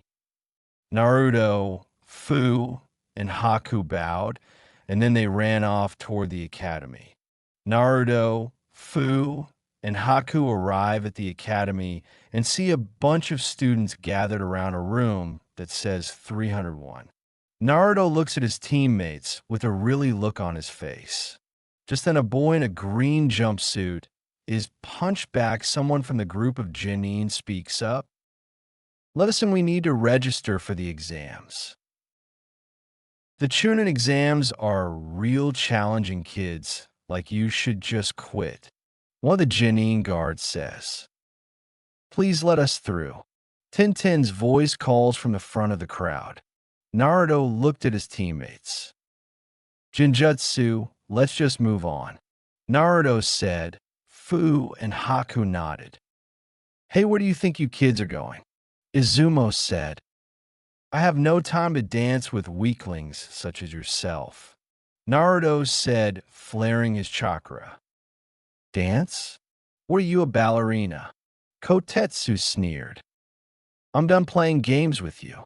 Naruto, Fu, and Haku keep walking up the stairs. Just then Naruto heard Sasuke call out. Drop the Jinjutsu. This is the 2nd floor. So you noticed, Izumo said. Sakura, you must have noticed first, right? Gah, Naruto cursed. That ego of his is going to be the death of us. Of course, Sakura said. This is the 2nd floor anyway. You'd have to be an idiot not to notice. Sakura turned to Naruto with an eat shit grin on her face. Even a moron like Naruto would have noticed. Naruto ignored her and with his teammates walked upstairs. Naruto Baka, don't you ignore me. Naruto, Haku, and Fu walked up to the 3rd floor and they saw Zabuza standing there. Good, you saw through the Jinjutsu. And you've all made your way here. Now go on and show them your power. Yes, sir. Naruto, Fu, and Haku said simultaneously. Then they walk into the room and was welcomed by a blast of wide varieties of Ki, but Naruto, Fu, and Haku brushed it off, but Naruto got an evil idea, and he activated his Sharingan. If you don't stop trying to intimidate me, I'll have to show you the true power of Madara Uchiha's grandson. I wonder how long any one of you would last against me in a dance. Naruto said as he unleashed a huge torrent of Ki, flooring the other contestants. Naruto couldn't stop doing that, you'll give them heart attacks. Hinata said as Shino, and Kiba walked into the view. What can I say? You play with fire and you'll get burned. Naruto stopped channeling his Ki. Did you see that? One of the contestants as he recovered from the blast of Ki. Yeah, I'm sure as hell not taking these exams if he's a part of them. His teammate responded. Count me out too. Several other contestants left the room one by one as they were terrified of Naruto's power. Did you feel that, Han? Akatsuki said to his armored friend. Yeah, Han responded. He's Madara's grandson. I'm definitely going to want to fight him. Kuratsuchi said. What better way to make Madara pay for what he did to Gigi than killing his grandson? I wouldn't if I were you. According to my friend, he's got the QB inside of him. Han said, I'm still going to fight him, and I'm going to win. Across the room, 3 Kumo shinobi were watching the interaction with the IWA shinobi. What do you say, Yujito? Still think these exams will be boring? Karui asked her female teammate. Not with that hunkier, I don't. Yujito said as she licked her lips. If Yujito falls for that QB brat, this could spark a war with Kumo, and if that happens, the 4th Great Shinobi War might start. And if he unleashes the QB, it'll be a disaster. Omoi starts rambling on and on. Shut up. Kamui punches Omoi on the head. Just then Sasuke and the others walked in. Sasuke was nursing a bruised cheek. Sekon, adonde dur takle Sasuke. Sasuke-kun is mine, so back off, Ino pig. Sakura shouts. Like hell he is forehead. Ino shouts back. Oh my god, do they ever shut up? Tell me about a kid. I thought my fangirls were bad, but these two are intolerable. You had fangirls? I was a very popular kid when I was younger. Naruto laughed. Oh, shut up. You guys are attracting too much attention. So you're the 9 rookies that just graduated from the academy, right? You're fooling around with those cute faces. Geez, this isn't a field trip. Who the hell are you to tell us that? Ino glares at the boy. I am Kabuto Yakushi. Look around you. Everyone but Naruto looks around. The Genin gather for the exams are all glaring at the group and unleashing a bit of Ki at the group of 10. The ones behind you are from the Mangekyō no Sato. They have a short temper. Everyone is nervous for the exams. I warned all of you so that you won't get picked on. I guess it can't be helped though, since you are just rookies who don't know anything. It makes me remember the old me. Kabuto looks at Naruto. However, your friend in the red armor seems to have the right idea that or he isn't paying attention. Kabuto-san, was it? Sakura asks. Yeah. Is this your 2nd time then? No, this will be my 7th time. Immediately alarm bells start going off in Naruto's head. You probably have a lot of information on the people here. Naruto says playing dumb. So smart, in fact, I have 200 cards with information on everyone here. Kabuto pulls out a stack of cards and places them on the ground. Kabuto takes the first one off the top of the pile. It looks white, but to get the information from this card, Kabuto starts spinning the card. "What are you doing?" Sakura asks. "It's made so that you can't view it without my chakra, like this." Kabuto applies chakra to the card and a small map with a bar graph projected above it, with the largest coming from the land of fire. "What kind of information is that?" Sakura looks confused. "The exam's total number of examinees and countries participating. It also has the number of participants from each hidden village." "Let me ask, why do you think we do the Chunin exams together?" Kabuto asks. All the 9 rookies look at him in silence, while Choji munches on some chips. "First, it's to deepen the friendly relationships with the other countries. Next, it's to heighten the level of the ninja. That is what they say." "That is what they say?" Kiba repeats, confused. "Yes, the real purpose is to confirm the level of the ninja in each adjacent country to try and balance out the power." "Power balance?" Naruto says, looking at Kabuto.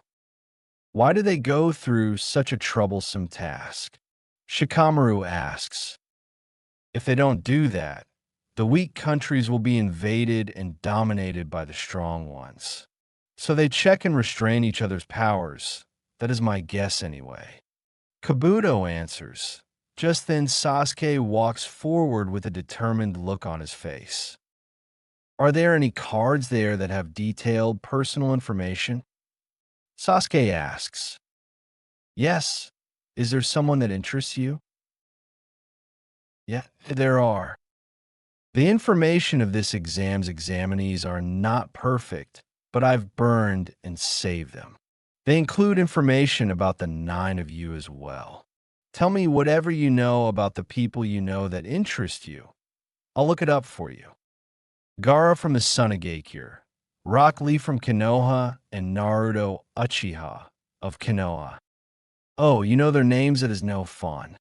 Kabuto swipes his hand over the deck, and then Kabuto holds up 3 cards in front of them. "Show me," Sasuke demands. "Based on the information he has, I can determine what to look out for." Naruto thinks, looking at Kabuto's little display. "First up is Rock Lee," Kabuto says, and then he channels chakra into the card and Rock Lee's information appears, as well as 2 graphs dictating his overall stats and number of completed missions. He is 1 year older than you. His mission experience includes 20 D-ranked missions and 11 C-ranks. The squad leader is Mike Guy. His hand-to-hand combat skills have increased dramatically in this past year, but his other skills are terrible. He got everyone's attention last year as a skilled rookie genin, but he didn't take the Chunin exam. Like you, this is his first time taking it. "Thank you, Captain Obvious." Naruto rolls his eyes. His team is composed of Tenten and Niji Hyuga. Next, let's see Gaara of the Desert. Kabuto channels his chakra into the second card, and Gaara's stats appear. Interesting, his skills are unknown mostly. That means Mr. Ninja Info guy doesn't know everything. Kurama notes, "But I can tell you he holds my insane little brother, the one-tailed Shikaku."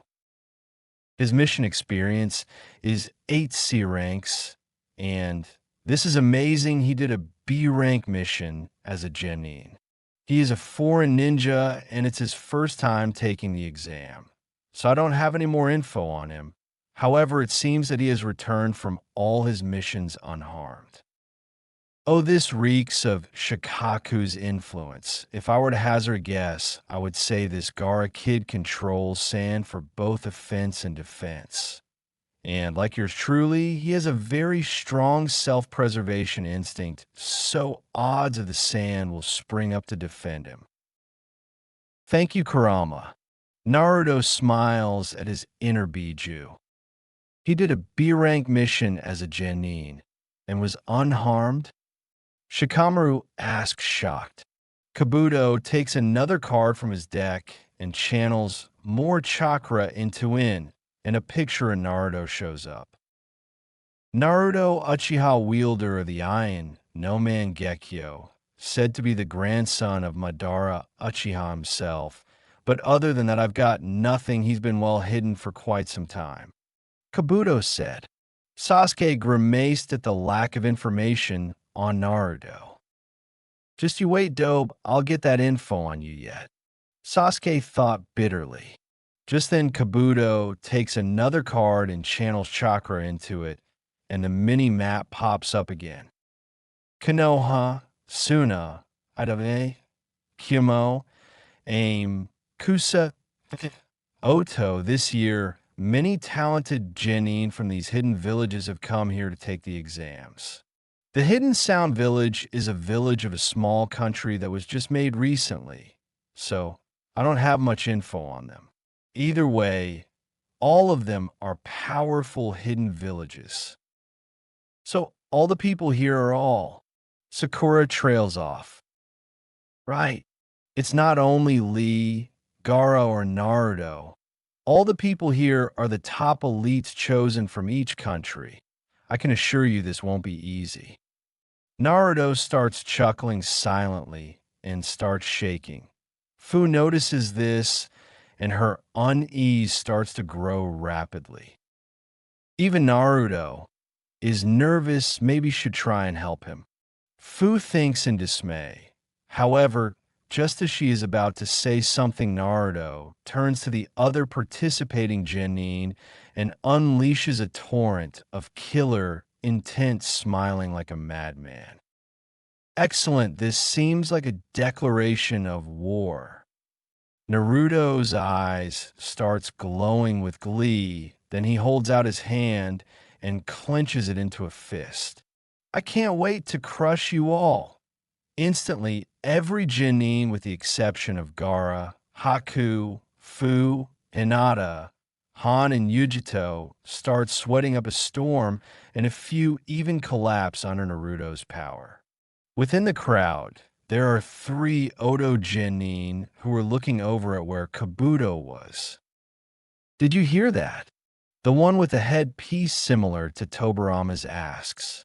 They said that the Oto is a minor village in a small country. I am hurt. The one wrapped in bandages responds. Let's play with them a little then. The only girl says smirk. Yeah, they spoke as if we're just leftover ninja. Let's make him add this into his data. Ninja from the Oto are somewhat cruel. Shall we? First boy asks. Let's. The second responds. Then the 3 of them rush over to the rookie 9, then come flying in at Kabuto. The first boy leaps into the air and throws a couple of kunai at Kabuto, who dodges them with ease. When the second comes in to strike, swings his right arm, which Kabuto dodges with ease. Then the lenses of Kabuto's glasses shatter. So, it's a sound wave attack. Interesting. Note to self, apply soundproofing seals to the ear area, which can activate at will and deactivate at will. Naruto thinks, I see, so that's what kind of attack it was. Kabuto takes off his shattered glasses. Sasuke runs forward confused. What is going on? You definitely dodged it, so why did your glass? Sasuke says in confusion. It must have hit his nose. That's what happens for trying to look cool. Shikamaru responds. Just then Kabuto's eyes widen in shock as a wave of nausea overcomes him and his vision blurs. Then Kabuto collapses to his knees and throws up. He threw up. Kiba says, looking in shock. Kabuto-san. Sakura cries out in concern. Everyone looks shocked except for Shino, who doesn't really have an expression. Sakura and Kiba run over to Kabuto. Hey, Kabuto, are you alright? Kiba asks concerned. Yeah, I'm okay. Kabuto responds. Really? Sakura asks. You're not as good as I thought for a veteran who took the exam 4 years running. Dosa says. Write this in your card. Zaka says. The three from Mangekyō will definitely become Chunin. Lee, what do you think of that attack? Niji asks. There was no problem in dodging it. There must be some sort of trick. Just then a huge plume of smoke erupts from the front of the classroom as a deep voice growls out. Quiet down, you punks. Everyone in the room turns their attention to the new arrival. When the smoke clears, a bunch of Chunin in gray uniforms with a man with a black trench coat with scars running down his face standing in front. Sorry to keep you waiting. I am the examiner of the first test of the Chunin exam, Marino Ibiki. Everyone looks on with a twinge of fear, not only from Ibiki's intimidating presence, but some were still recovering from Naruto's killer intent. Then Ibiki points to the three Odo Genin. You three from the Mangekyō don't think you can do anything you want before the exam. I'm sorry, I was excited since this is my first exam. Dosa says, this is a good time to say this. You're not allowed to fight each other during the exam unless given permission by the examiners. And even if permission is given, you're not allowed to kill the other. Pigs who go against me will fail immediately. Understand? Zaka laughs at Ibiki's statement. This exam seems so soft and easy. Zaka says, we will now begin the first exam of the Chunin exams. Am I being ignored? Zaka thinks to himself, glaring at the examiner. Turn in your applications, take one of the number tags, and sit where the number tells you to. Ibiki says, holding up a small card with a big black number 1 on it. Then we will pass out the papers for the written exam. Grade a paper test fan-fucking-tastic. Naruto groans inwardly. You think this is bad? You should actually pay attention to the amount of papers on the Hokage's desk. On any given day, he has to fill out and sign all of them, and that usually takes up most of his day. Well, with the Kage Bunshin, I can get that paperwork done faster. When everyone sits down, the Chunin that accompanied Ibiki sit down in chairs at the edges of the room while holding clipboards. Naruto looks around the room using the chameleon he has positioned on the ceiling and notices that everyone is separated from their teammates. Let's do our best, Hinata-chan. Naruto says, smiling at her. Right, Naruto-kun. Hinata says, smiling back. All right, this first exam has a few important rules. Ibiki calls out from the front of the class. I will not accept any questions, so listen carefully. Rules? Won't accept any questions?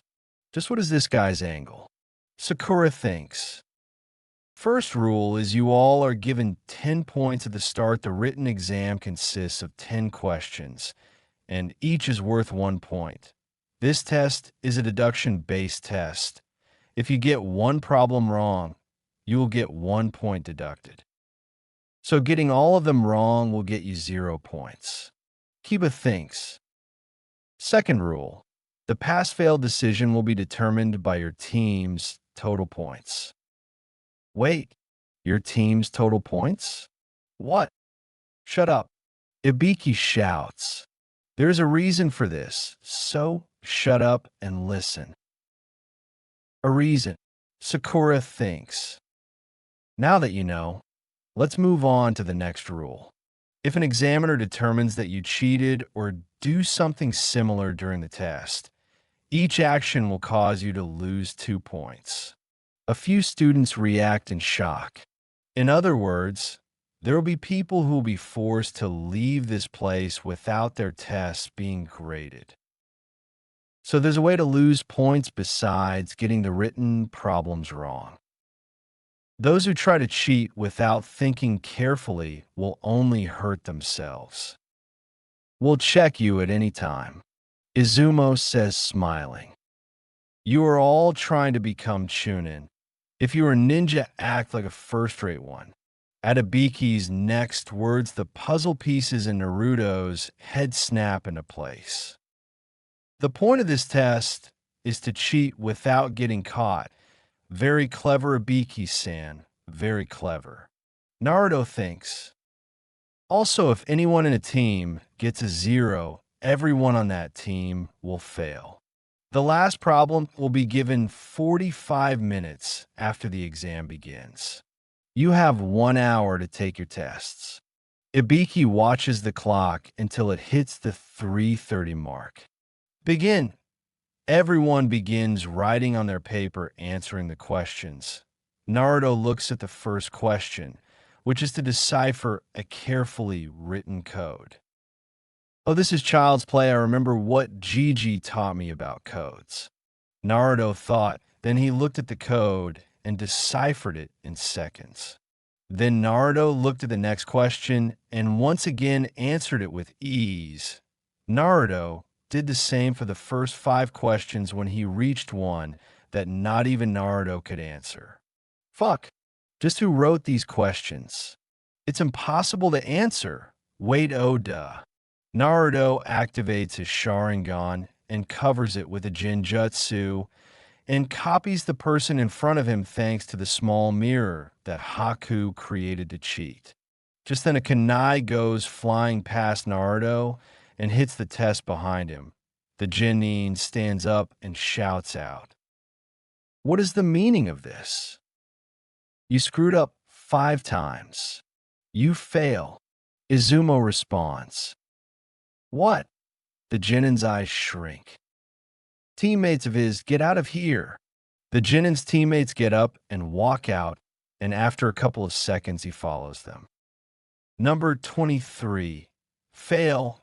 Number 43 and 27, fail. Kotetsu says.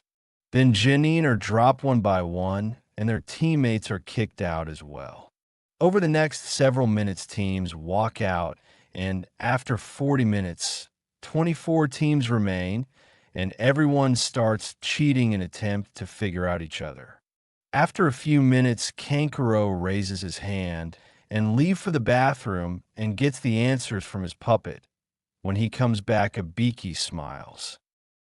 Have fun playing with your dolls? Ibiki smiles at Kankuro's narrowed eyes. Eventually, the clock hits the 45-minute mark, and Ibiki calls out, "Pencils down." Everyone looks up in shock. I will now give the 10th question. Took you long enough. Sasuke thinks, smirking. The last question, finally. Sakura thinks in excitement. Yes, but before that, there's one thing I must say. There's a special rule for this last question. I will now explain. This is a hopeless rule. A hopeless rule. Naruto smirks. First, you are all going to choose if you wish to take this 10th question or not. Choose. Temari asks, confused. So what happens if we don't take the 10th question? If you choose not to take it, your points will be reduced to 0. In other words, you and your team fail. A kid in the back of the room shouts out, "Of course we're going to take it." Here is the other rule. What, not another rule? Cut the crap, Shinaro. Damn it. Sakura thinks in exasperation.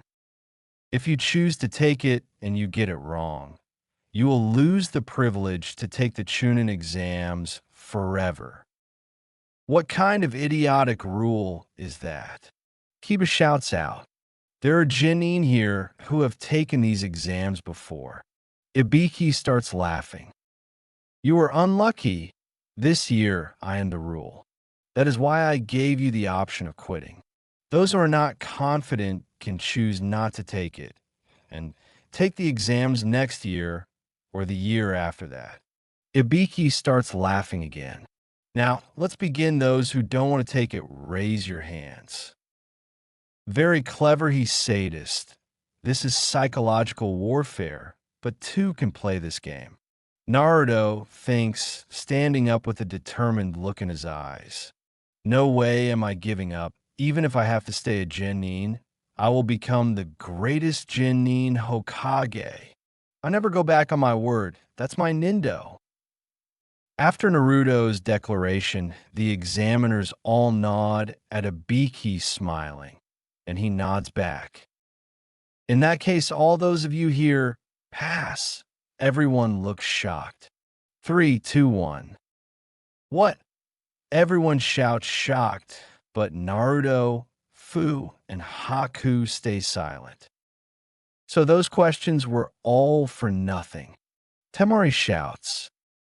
They serve their purpose. They weeded out those who are unfit to be Chunin. The point of this test was to gauge how good you are at information gathering. In the shinobi world, if you are caught stealing information, you will be tortured for information on your village. Ibiki takes off his bandana, shows scars on his head. That looks bad, but I've had worse. Naruto thinks, shaking his head.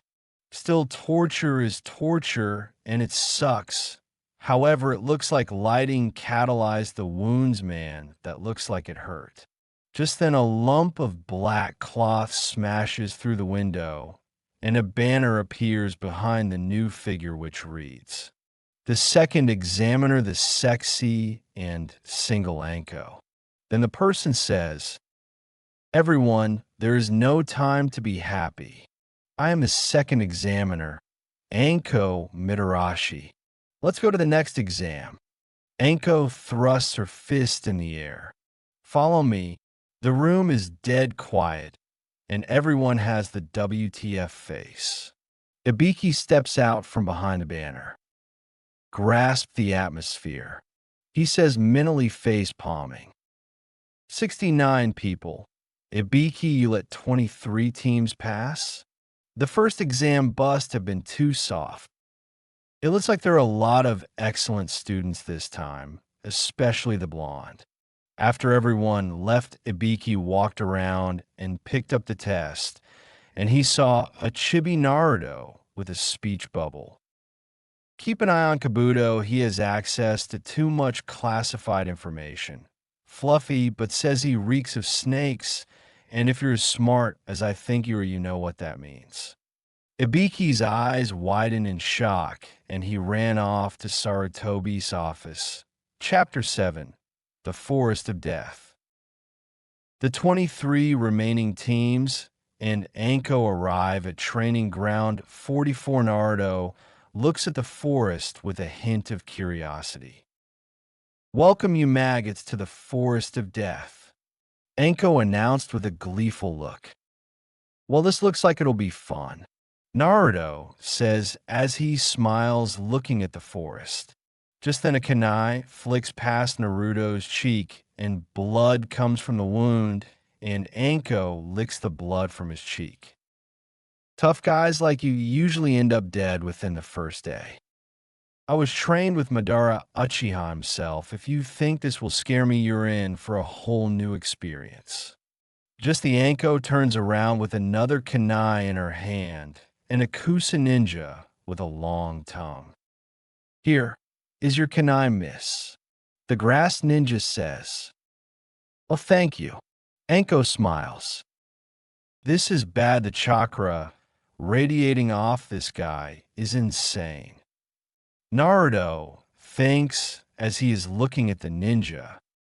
However, don't stand behind me like that. That is unless you want to die young.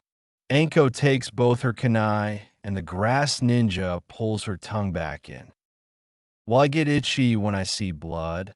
Also, my precious hair was cut, so I got a little excited, sorry. The grass ninja walks away. Anyway, in order for you to participate in the exams, you need to sign these warrants that free the hidden leaf from any responsibility or liability should you die in the forest. What do you mean death? Some of the participants asks. Just what I said. When you enter the forest, you will start out with either a heaven or an earth scroll. You'll need to get both scrolls to get into the tower at the center. Don't open the scrolls or else. Well, let's just say it will be fun for me if you do. Anko smiles dangerously. This exam will last 5 days. What will we do about food? Choji yells out. Scrounge some up. This forest is a treasure box of nature. Anko's smile widens. But be careful, as some of them are poisonous, and also you might find that you will be hunting only to end up hunted. Anko brings every team to a gate, and then after 5 minutes a buzzer goes off, and the gates open up, and everyone rushes in. After a few minutes, Naruto looks at his teammates. All right, we got an earth scroll, so we need a heaven scroll. I'll take the scroll, and we'll set a trap, but odds are we won't even need to do that. My bet is that the team from Mangekyō will come after me due to my connection with Madara Gigi. Fu looked at Naruto. What did your grandfather do to IWA to piss them off so much? Fu asked. I'll show you the truth. Naruto activated his Sharingan, and in a second the world spun, and Fu and Haku were looking at young Madara in front of 2 shinobi, one who looked like a mummy. The other was a midget. Why? The younger Anoki asked. This is not the agreement. Hashira Masama said. There is no alliance.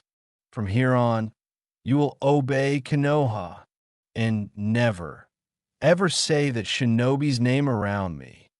Madara said as he channeled chakra into his eyes, and his Susanoo rose up. Susanoo. Madara smashed the temple. He stood before them. Anoki grabbed a rock and then stood up and faced Madara. You want to continue dancing, but there is no strength in your steps. Madara casted a Jinjutsu on Anoki, causing him to drop the rock and collapse to the ground. Naruto then ended the jutsu, and the world returned to normal. Well, your grandfather is strong. Even I've heard of Ryotenbin no Anoki. Haku said. Anoki wasn't his prime back then, but he was using only a fraction of his true power. I must admit, I've never seen Madara Gigi's true power, because he was an old man when I met him, but he is powerful.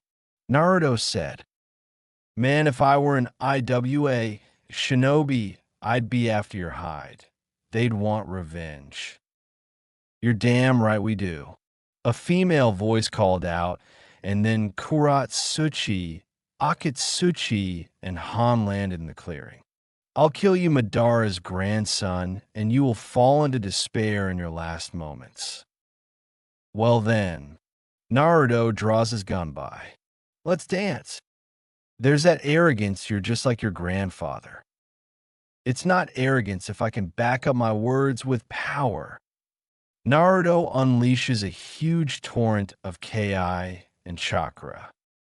I can't lose as long as I have the Tsuchi no Ishi behind me. Power is not will, it is the phenomenon of physically making things happen. Why you?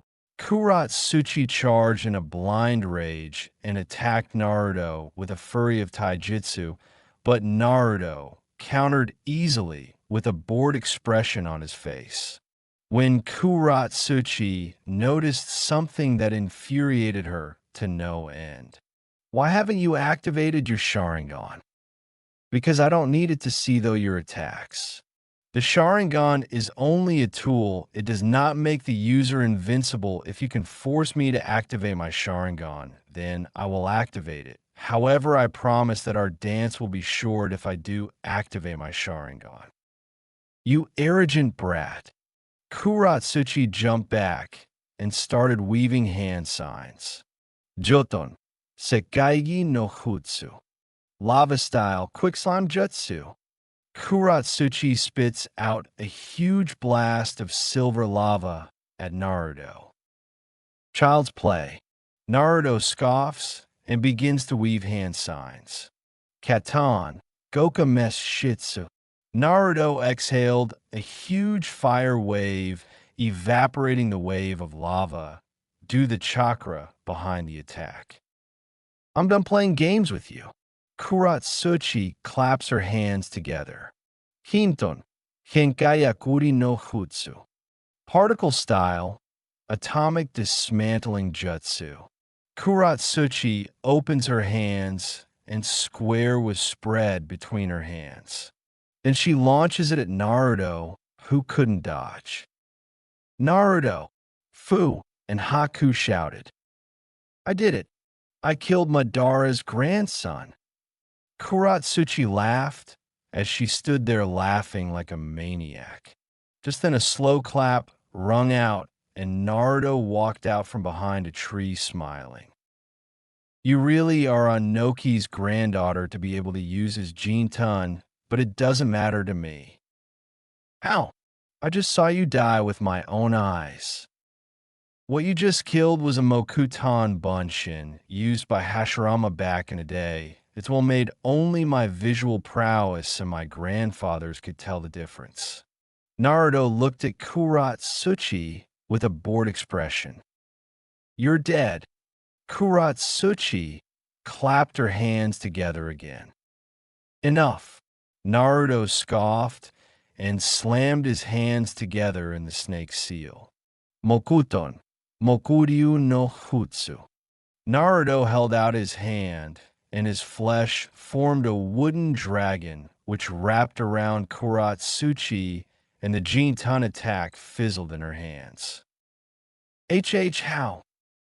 This is Hashirama's wooden dragon, which he used to hold down the Kyuubi long ago. It can suppress chakra and even prevents chakra absorbing, so you have no power against me. How do you have this much strength? Because I don't hide behind a family name, I fight with my own strength, and I train myself to the brink every day. My grandfather didn't become feared throughout the shinobi nations by sitting on his ass. You damn bastard. Kuratsuchi growled at Naruto. I'm ending this now. Naruto made the horse hand sign. Katan, Goka Mekyaka. Doton, Doriyahiki. Earth style, mud wall. Han shouted, exhaling a huge wall of mud and earth. Naruto's wave of flame collided with the wall, but the wall held strong and stopped the jutsu. You dance well, Gobi. Let's see if you can dance with me longer than the woman could. Let's go, Gobi. Han thought to his Biju. Right, pup. Kokuo responded and channeled her chakra, though her Jinchuriki. Then Han sprouted 5 tails of chakra. Kurama, shall we? I can only give you a little bit of churka, as we don't have the key to the seal, but against Kokuo you might need your Mangekyō Sharingan. I won't enslave Biju. I'm kinder then that I can't treat Koko any different than you. That would make me a hypocrite. You really are a kind-hearted kid. In that case, I'll loan you some chakra. It's time I teach Kokuo who's the stronger one here, me or her. Kurama channeled his chakra through the seal, but held back the blood lust, allowing Naruto to reach the 4th tail with no trouble. Let's go, Koko. Naruto charged. Agreed, Kurama. Han shouted back, charging Naruto, who exchanged blows with Han. Eventually, after 10 minutes of fighting, Naruto caught Han's fist, and instantly he was transported to a white and gold landscape, and he saw Kokuo with Han on her head. Naruto looked behind him, and Kurama was sitting there. It's been a while, Kurama, Kokuo said. Yeah, not since the time Gigi died. Kurama responded. Kurama, where are we? Naruto asked. The Biju psychic plan, where the Biju can meet and converse. I'm surprised we are here. I thought we couldn't reach here with the seal blocking me off from your churka. It probably has something to do with Han here. Kokuo said, since your Jinchuriki and mine were duking out with our chakra, we probably established a deep enough connection with their churka to be dragged here. That's actually a very real possibility, Kurama said with a pondering look on his face. This isn't like you, Kurama. Why are you getting along with your host so well? The kid grew on me. I actually respect this kid despite who his grandfather is. What's wrong with my grandpa? Naruto asked. You know damn well what Madara did to me. Okay, Nisan, what am I missing? Koko asked. The kid's grandfather, Madara Uchiha, used his damn Sharingan to control me, and he forced me to attack Hashirama, which caused me to get sealed in Hashirama's wife, then in the kid's mother, and now the kid himself. I haven't had freedom to stretch my legs in almost 100 years. Coupled with the fact that I'm missing my Yin chakra, I'm rather pissed off about that, seeing as it is sealed inside the Shinigami's stomach, I can't get it back. Kurama folded his tails under his chin, signifying his unhappiness. Any idea how to get it back, Kurama? Naruto asked his friend. Kurama responded with bursting out laughing. This continues for several minutes, until Naruto grew a tick mark, which slowly grew in size as Kurama continued to laugh. I think the pup is serious, Kurama, Kokuo said. Kurama stopped laughing and looked at Naruto, who, despite the tick mark on his face, was completely straight-faced. Why you're serious? Took you long enough. Naruto said, his tick mark fading. Well, according to legend, there is a mask that is said to allow you to take control of the Shinigami and force it to slice open its own stomach, which could release your father's soul and my chakra. Not a great option. I'm sure there is another option. You could just ask. A voice called out, and then CJ appeared in a swirl of white energy. Can I have Kurama's Yin chakra back, please? Sure, why not? CJ said. Then he took his hand and reached in his mouth and rummaged around a bit, then pulled out a slightly dark Kurama. That was way too easy. Naruto sweat drops. Hey, they're sexy, Kurama said to his Yin half. Right back at you, Kurama's Yin half responded. Oh, just fuse already, Naruto shouted, his tick mark growing back. Who's the brat? Kurama's Yin half asked. Our Jinchuriki, Kurama said. You speak highly of him. Did something happen when I wasn't looking? Madara's grandson is nothing like that bastard of a man. You're Madara's grandson. Yeah, you got a problem with that? Naruto asked. Why are we working with a descendant of that bastard of a man? Kurama's Yin half asked. He's the reason you're here. Plus, he's actually not bad when you get to know him. Kurama said. Damn right I'm not. Naruto said. Kurama smashed him on the back of the head with one of his tails. You're still a brat, don't forget that. Kurama said. Well, if we're fusing, let's get this over with. Kurama's Yin half said. It'll be fun to be back at full strength. Fusion. Kurama and his Yin half stood on their hind legs and then balanced on one foot, then held their paws out facing away from each other. Then they started walking towards each other. Then they touch index claws on both hands.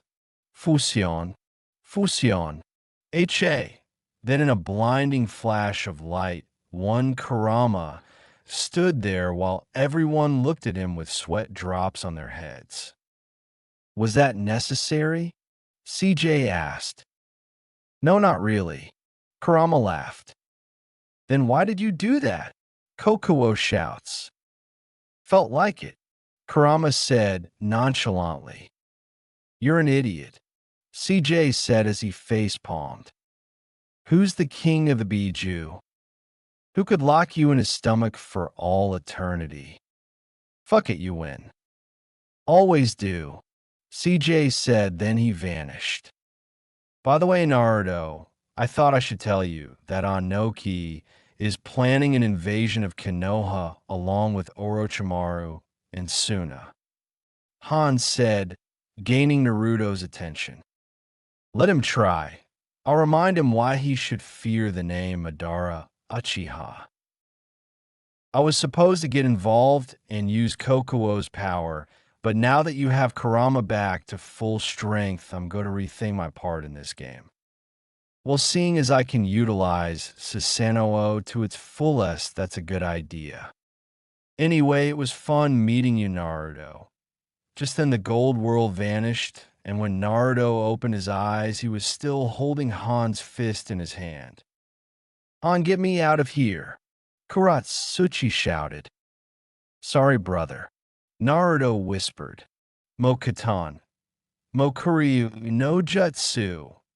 Again, the wooden dragon rose up and wrapped around Han, and Kokuo's chakra was slowly absorbed by the dragon. Naruto then turned to Akatsuchi, who was sweating bullets at this point. Hand over your scroll, and you'll live, Naruto said, unleashing a torrent of focus Ki. Akatsuchi started vomiting at the sheer volume of Ki and slowly reached into his pocket and pulled out the Heaven Scroll and rolled it to Naruto. Good, now you can get your teammates and get the hell out of here, and if you attack me again, I'll kill you, Naruto said.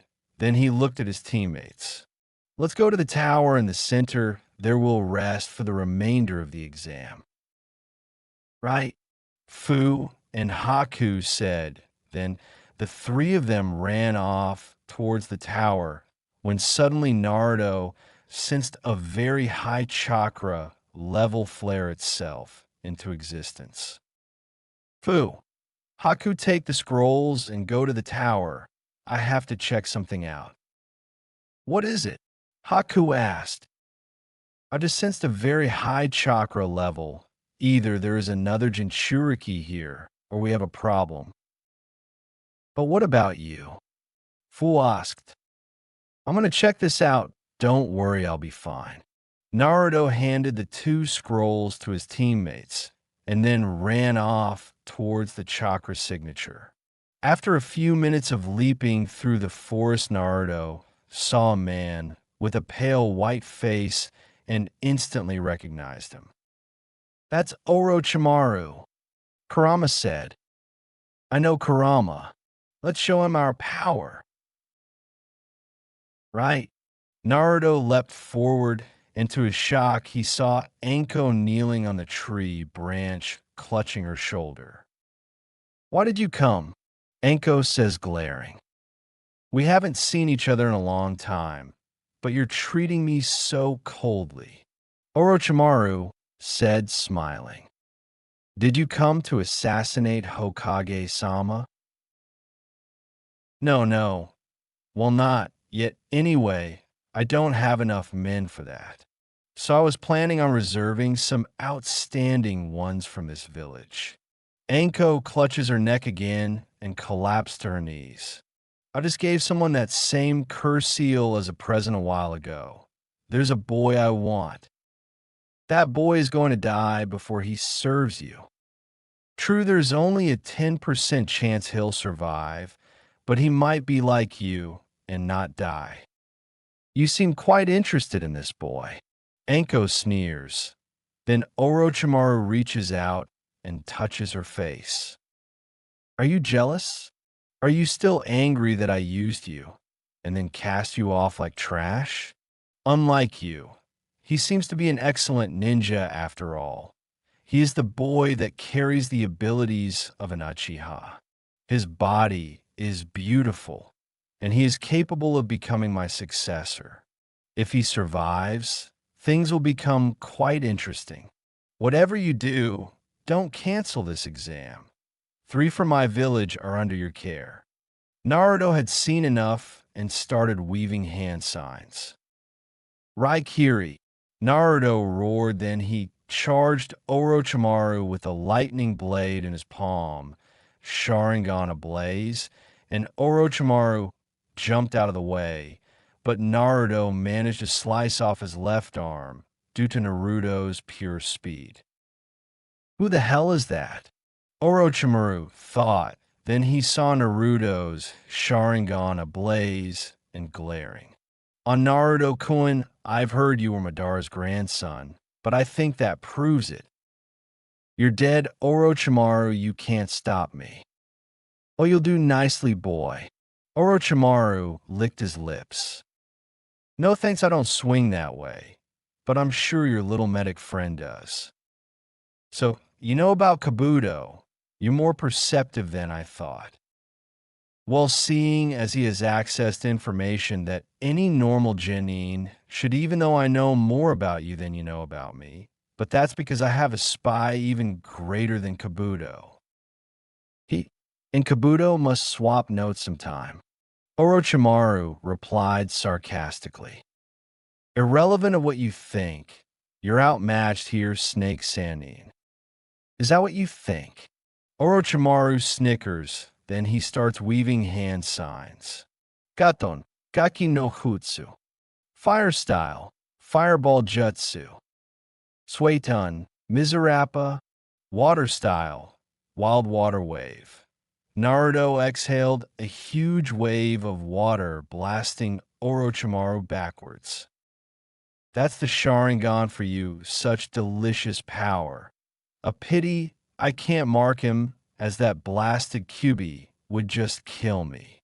Naruto charges Orochimaru, slashing and smacking him with a gunbai.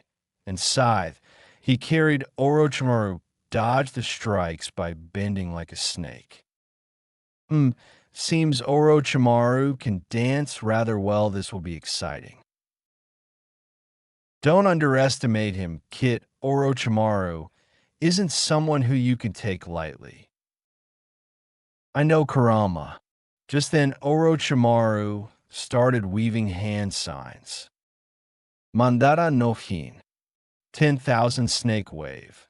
Orochimaru shouted and spit out a wave of snakes towards Naruto. Each snake opened its mouth, revealing a long blade, which extended as they rocketed toward Naruto, whose eyes widened. Then Naruto thought quickly and made the horse hand sign. Katan, Goka Mekyaka. Naruto unleashed a huge wave of fire towards Orochimaru and the snakes, which were obliterated by the intense flames. Anko watched in awe as Naruto pushed Orochimaru back. He's holding his own, no, beating Orochimaru. Anko thought, shocked. Orochi fucking Maru. Such delicious power. Orochimaru said with glee. I'm done dancing with you. Naruto said, bored, and channeled chakra into his right eye. Amaterasu.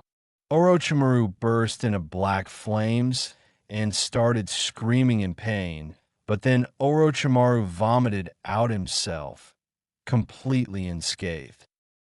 Damn, he has the Mangekyō. If he's anything like Itachi, then I've got to watch myself. Just then, Orochimaru sensed 9 chakra signatures headed his way. Shidambu, and it feels like Sarutobi's among them. I have to leave and fast. Orochimaru started laughing. Well, it's been fun, Naruto-kun. Until next time. Orochimaru started sinking into the ground, but Naruto was faster and grabbed him with his Susanoo and dragged him back. I don't think so, Orochimaru. I'm ending this one on my terms, not yours. Amaterasu. Orochimaru took the black flames right to the face. Orochimaru cried out in pain again, but the lower part of his skin shattered, and a new Orochimaru appeared, then sunk into the ground. Damn, he got away. No matter, I'll get him next time. Holy shit, GKI. Anko shouted. That was awesome. Naruto, what's going on here? Sarutobi shouted as he and two Umbu squads arrive. Orochimaru was here. He and I danced for a while, but in the end he got away. Naruto responded. That Gaki is amazing. Anko said. He managed to beat back Orochimaru. Orochi fucking Maru. Is that true, Naruto? Sarutobi asks. You call me a liar? Yes, it is Sandaime-sama, but he'll be back. Naruto says. However, I have a piece of news that is of an even greater concern. Orochimaru, the Kazekage, and Ryotenbin no Anoki are planning an invasion during the final phase of the Chunin exams. So Anoki has grown stones and finally is willing to pay us back. It's because they think we don't have a Jinchuriki, and without Jiraiya, we have no means of stopping a Biju. Anko says, let alone two. Naruto says, two. Sarutobi looks shocked. Yes, Shikaku and Kokuo are in these exams. Kami-sama preserve us. But the thing is, we do have a way to stop the Biju. Naruto flares a Sharingan, then makes the snake hand seal. Mokutan, Jokai Kutan, wood-style deep forest emergence. Emokutan, Anambu said, shocked. Correct. I care the Nakushimi no Noroi and the Hai no Ishi within me. You truly are Madara's grandson. Sarutobi said, smiling sadly. Yes, I am now, if you'll excuse me. I have some things to attend to before I finish the exams. Naruto leapt off towards where he sensed a convergence of chakras, and Naruto also sensed a fraction of Orochimaru's chakra. What are you doing, kid? Kurama asked. I'm going to go find out why 10 chakra signatures have converged on one location. You sure that's a good idea? I'm Bordok. Swimme. I swear Madara's bloodlust is going to be the death of us.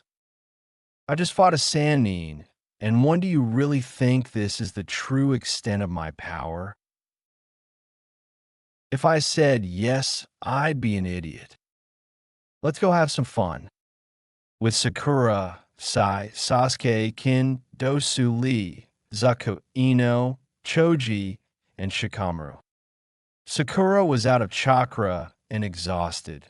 Lee was down for the count. Sasuke and Sai were out cold because of Orochimaru's attack. Ino was in possession of Kin's body. Shikamaru had paralyzed Dosu with the Kage Main no Jutsu, and Zaku was laughing as he aimed his hands at Sasuke's hiding place. Let's just put an end to this and kill Sasuke, as is our mission. Zaku laughed. Zenkahan, slicing sound wave. Just as the attack rockets towards Sasuke, a white, ethereal skeletal hand blocked the attack, and Naruto came walking into view, his Susanoo activated. Not again, more of these weak genin. Just keep popping up, Zaku said exasperatedly. Zaku, watch yourself. This is Naruto, Uchiha Madara's grandson. Dosu shouted. Whatever, I'm gonna blow him away. Zaku held out his hand again, but Naruto dashed forward and punched Zaku in the stomach. Dance.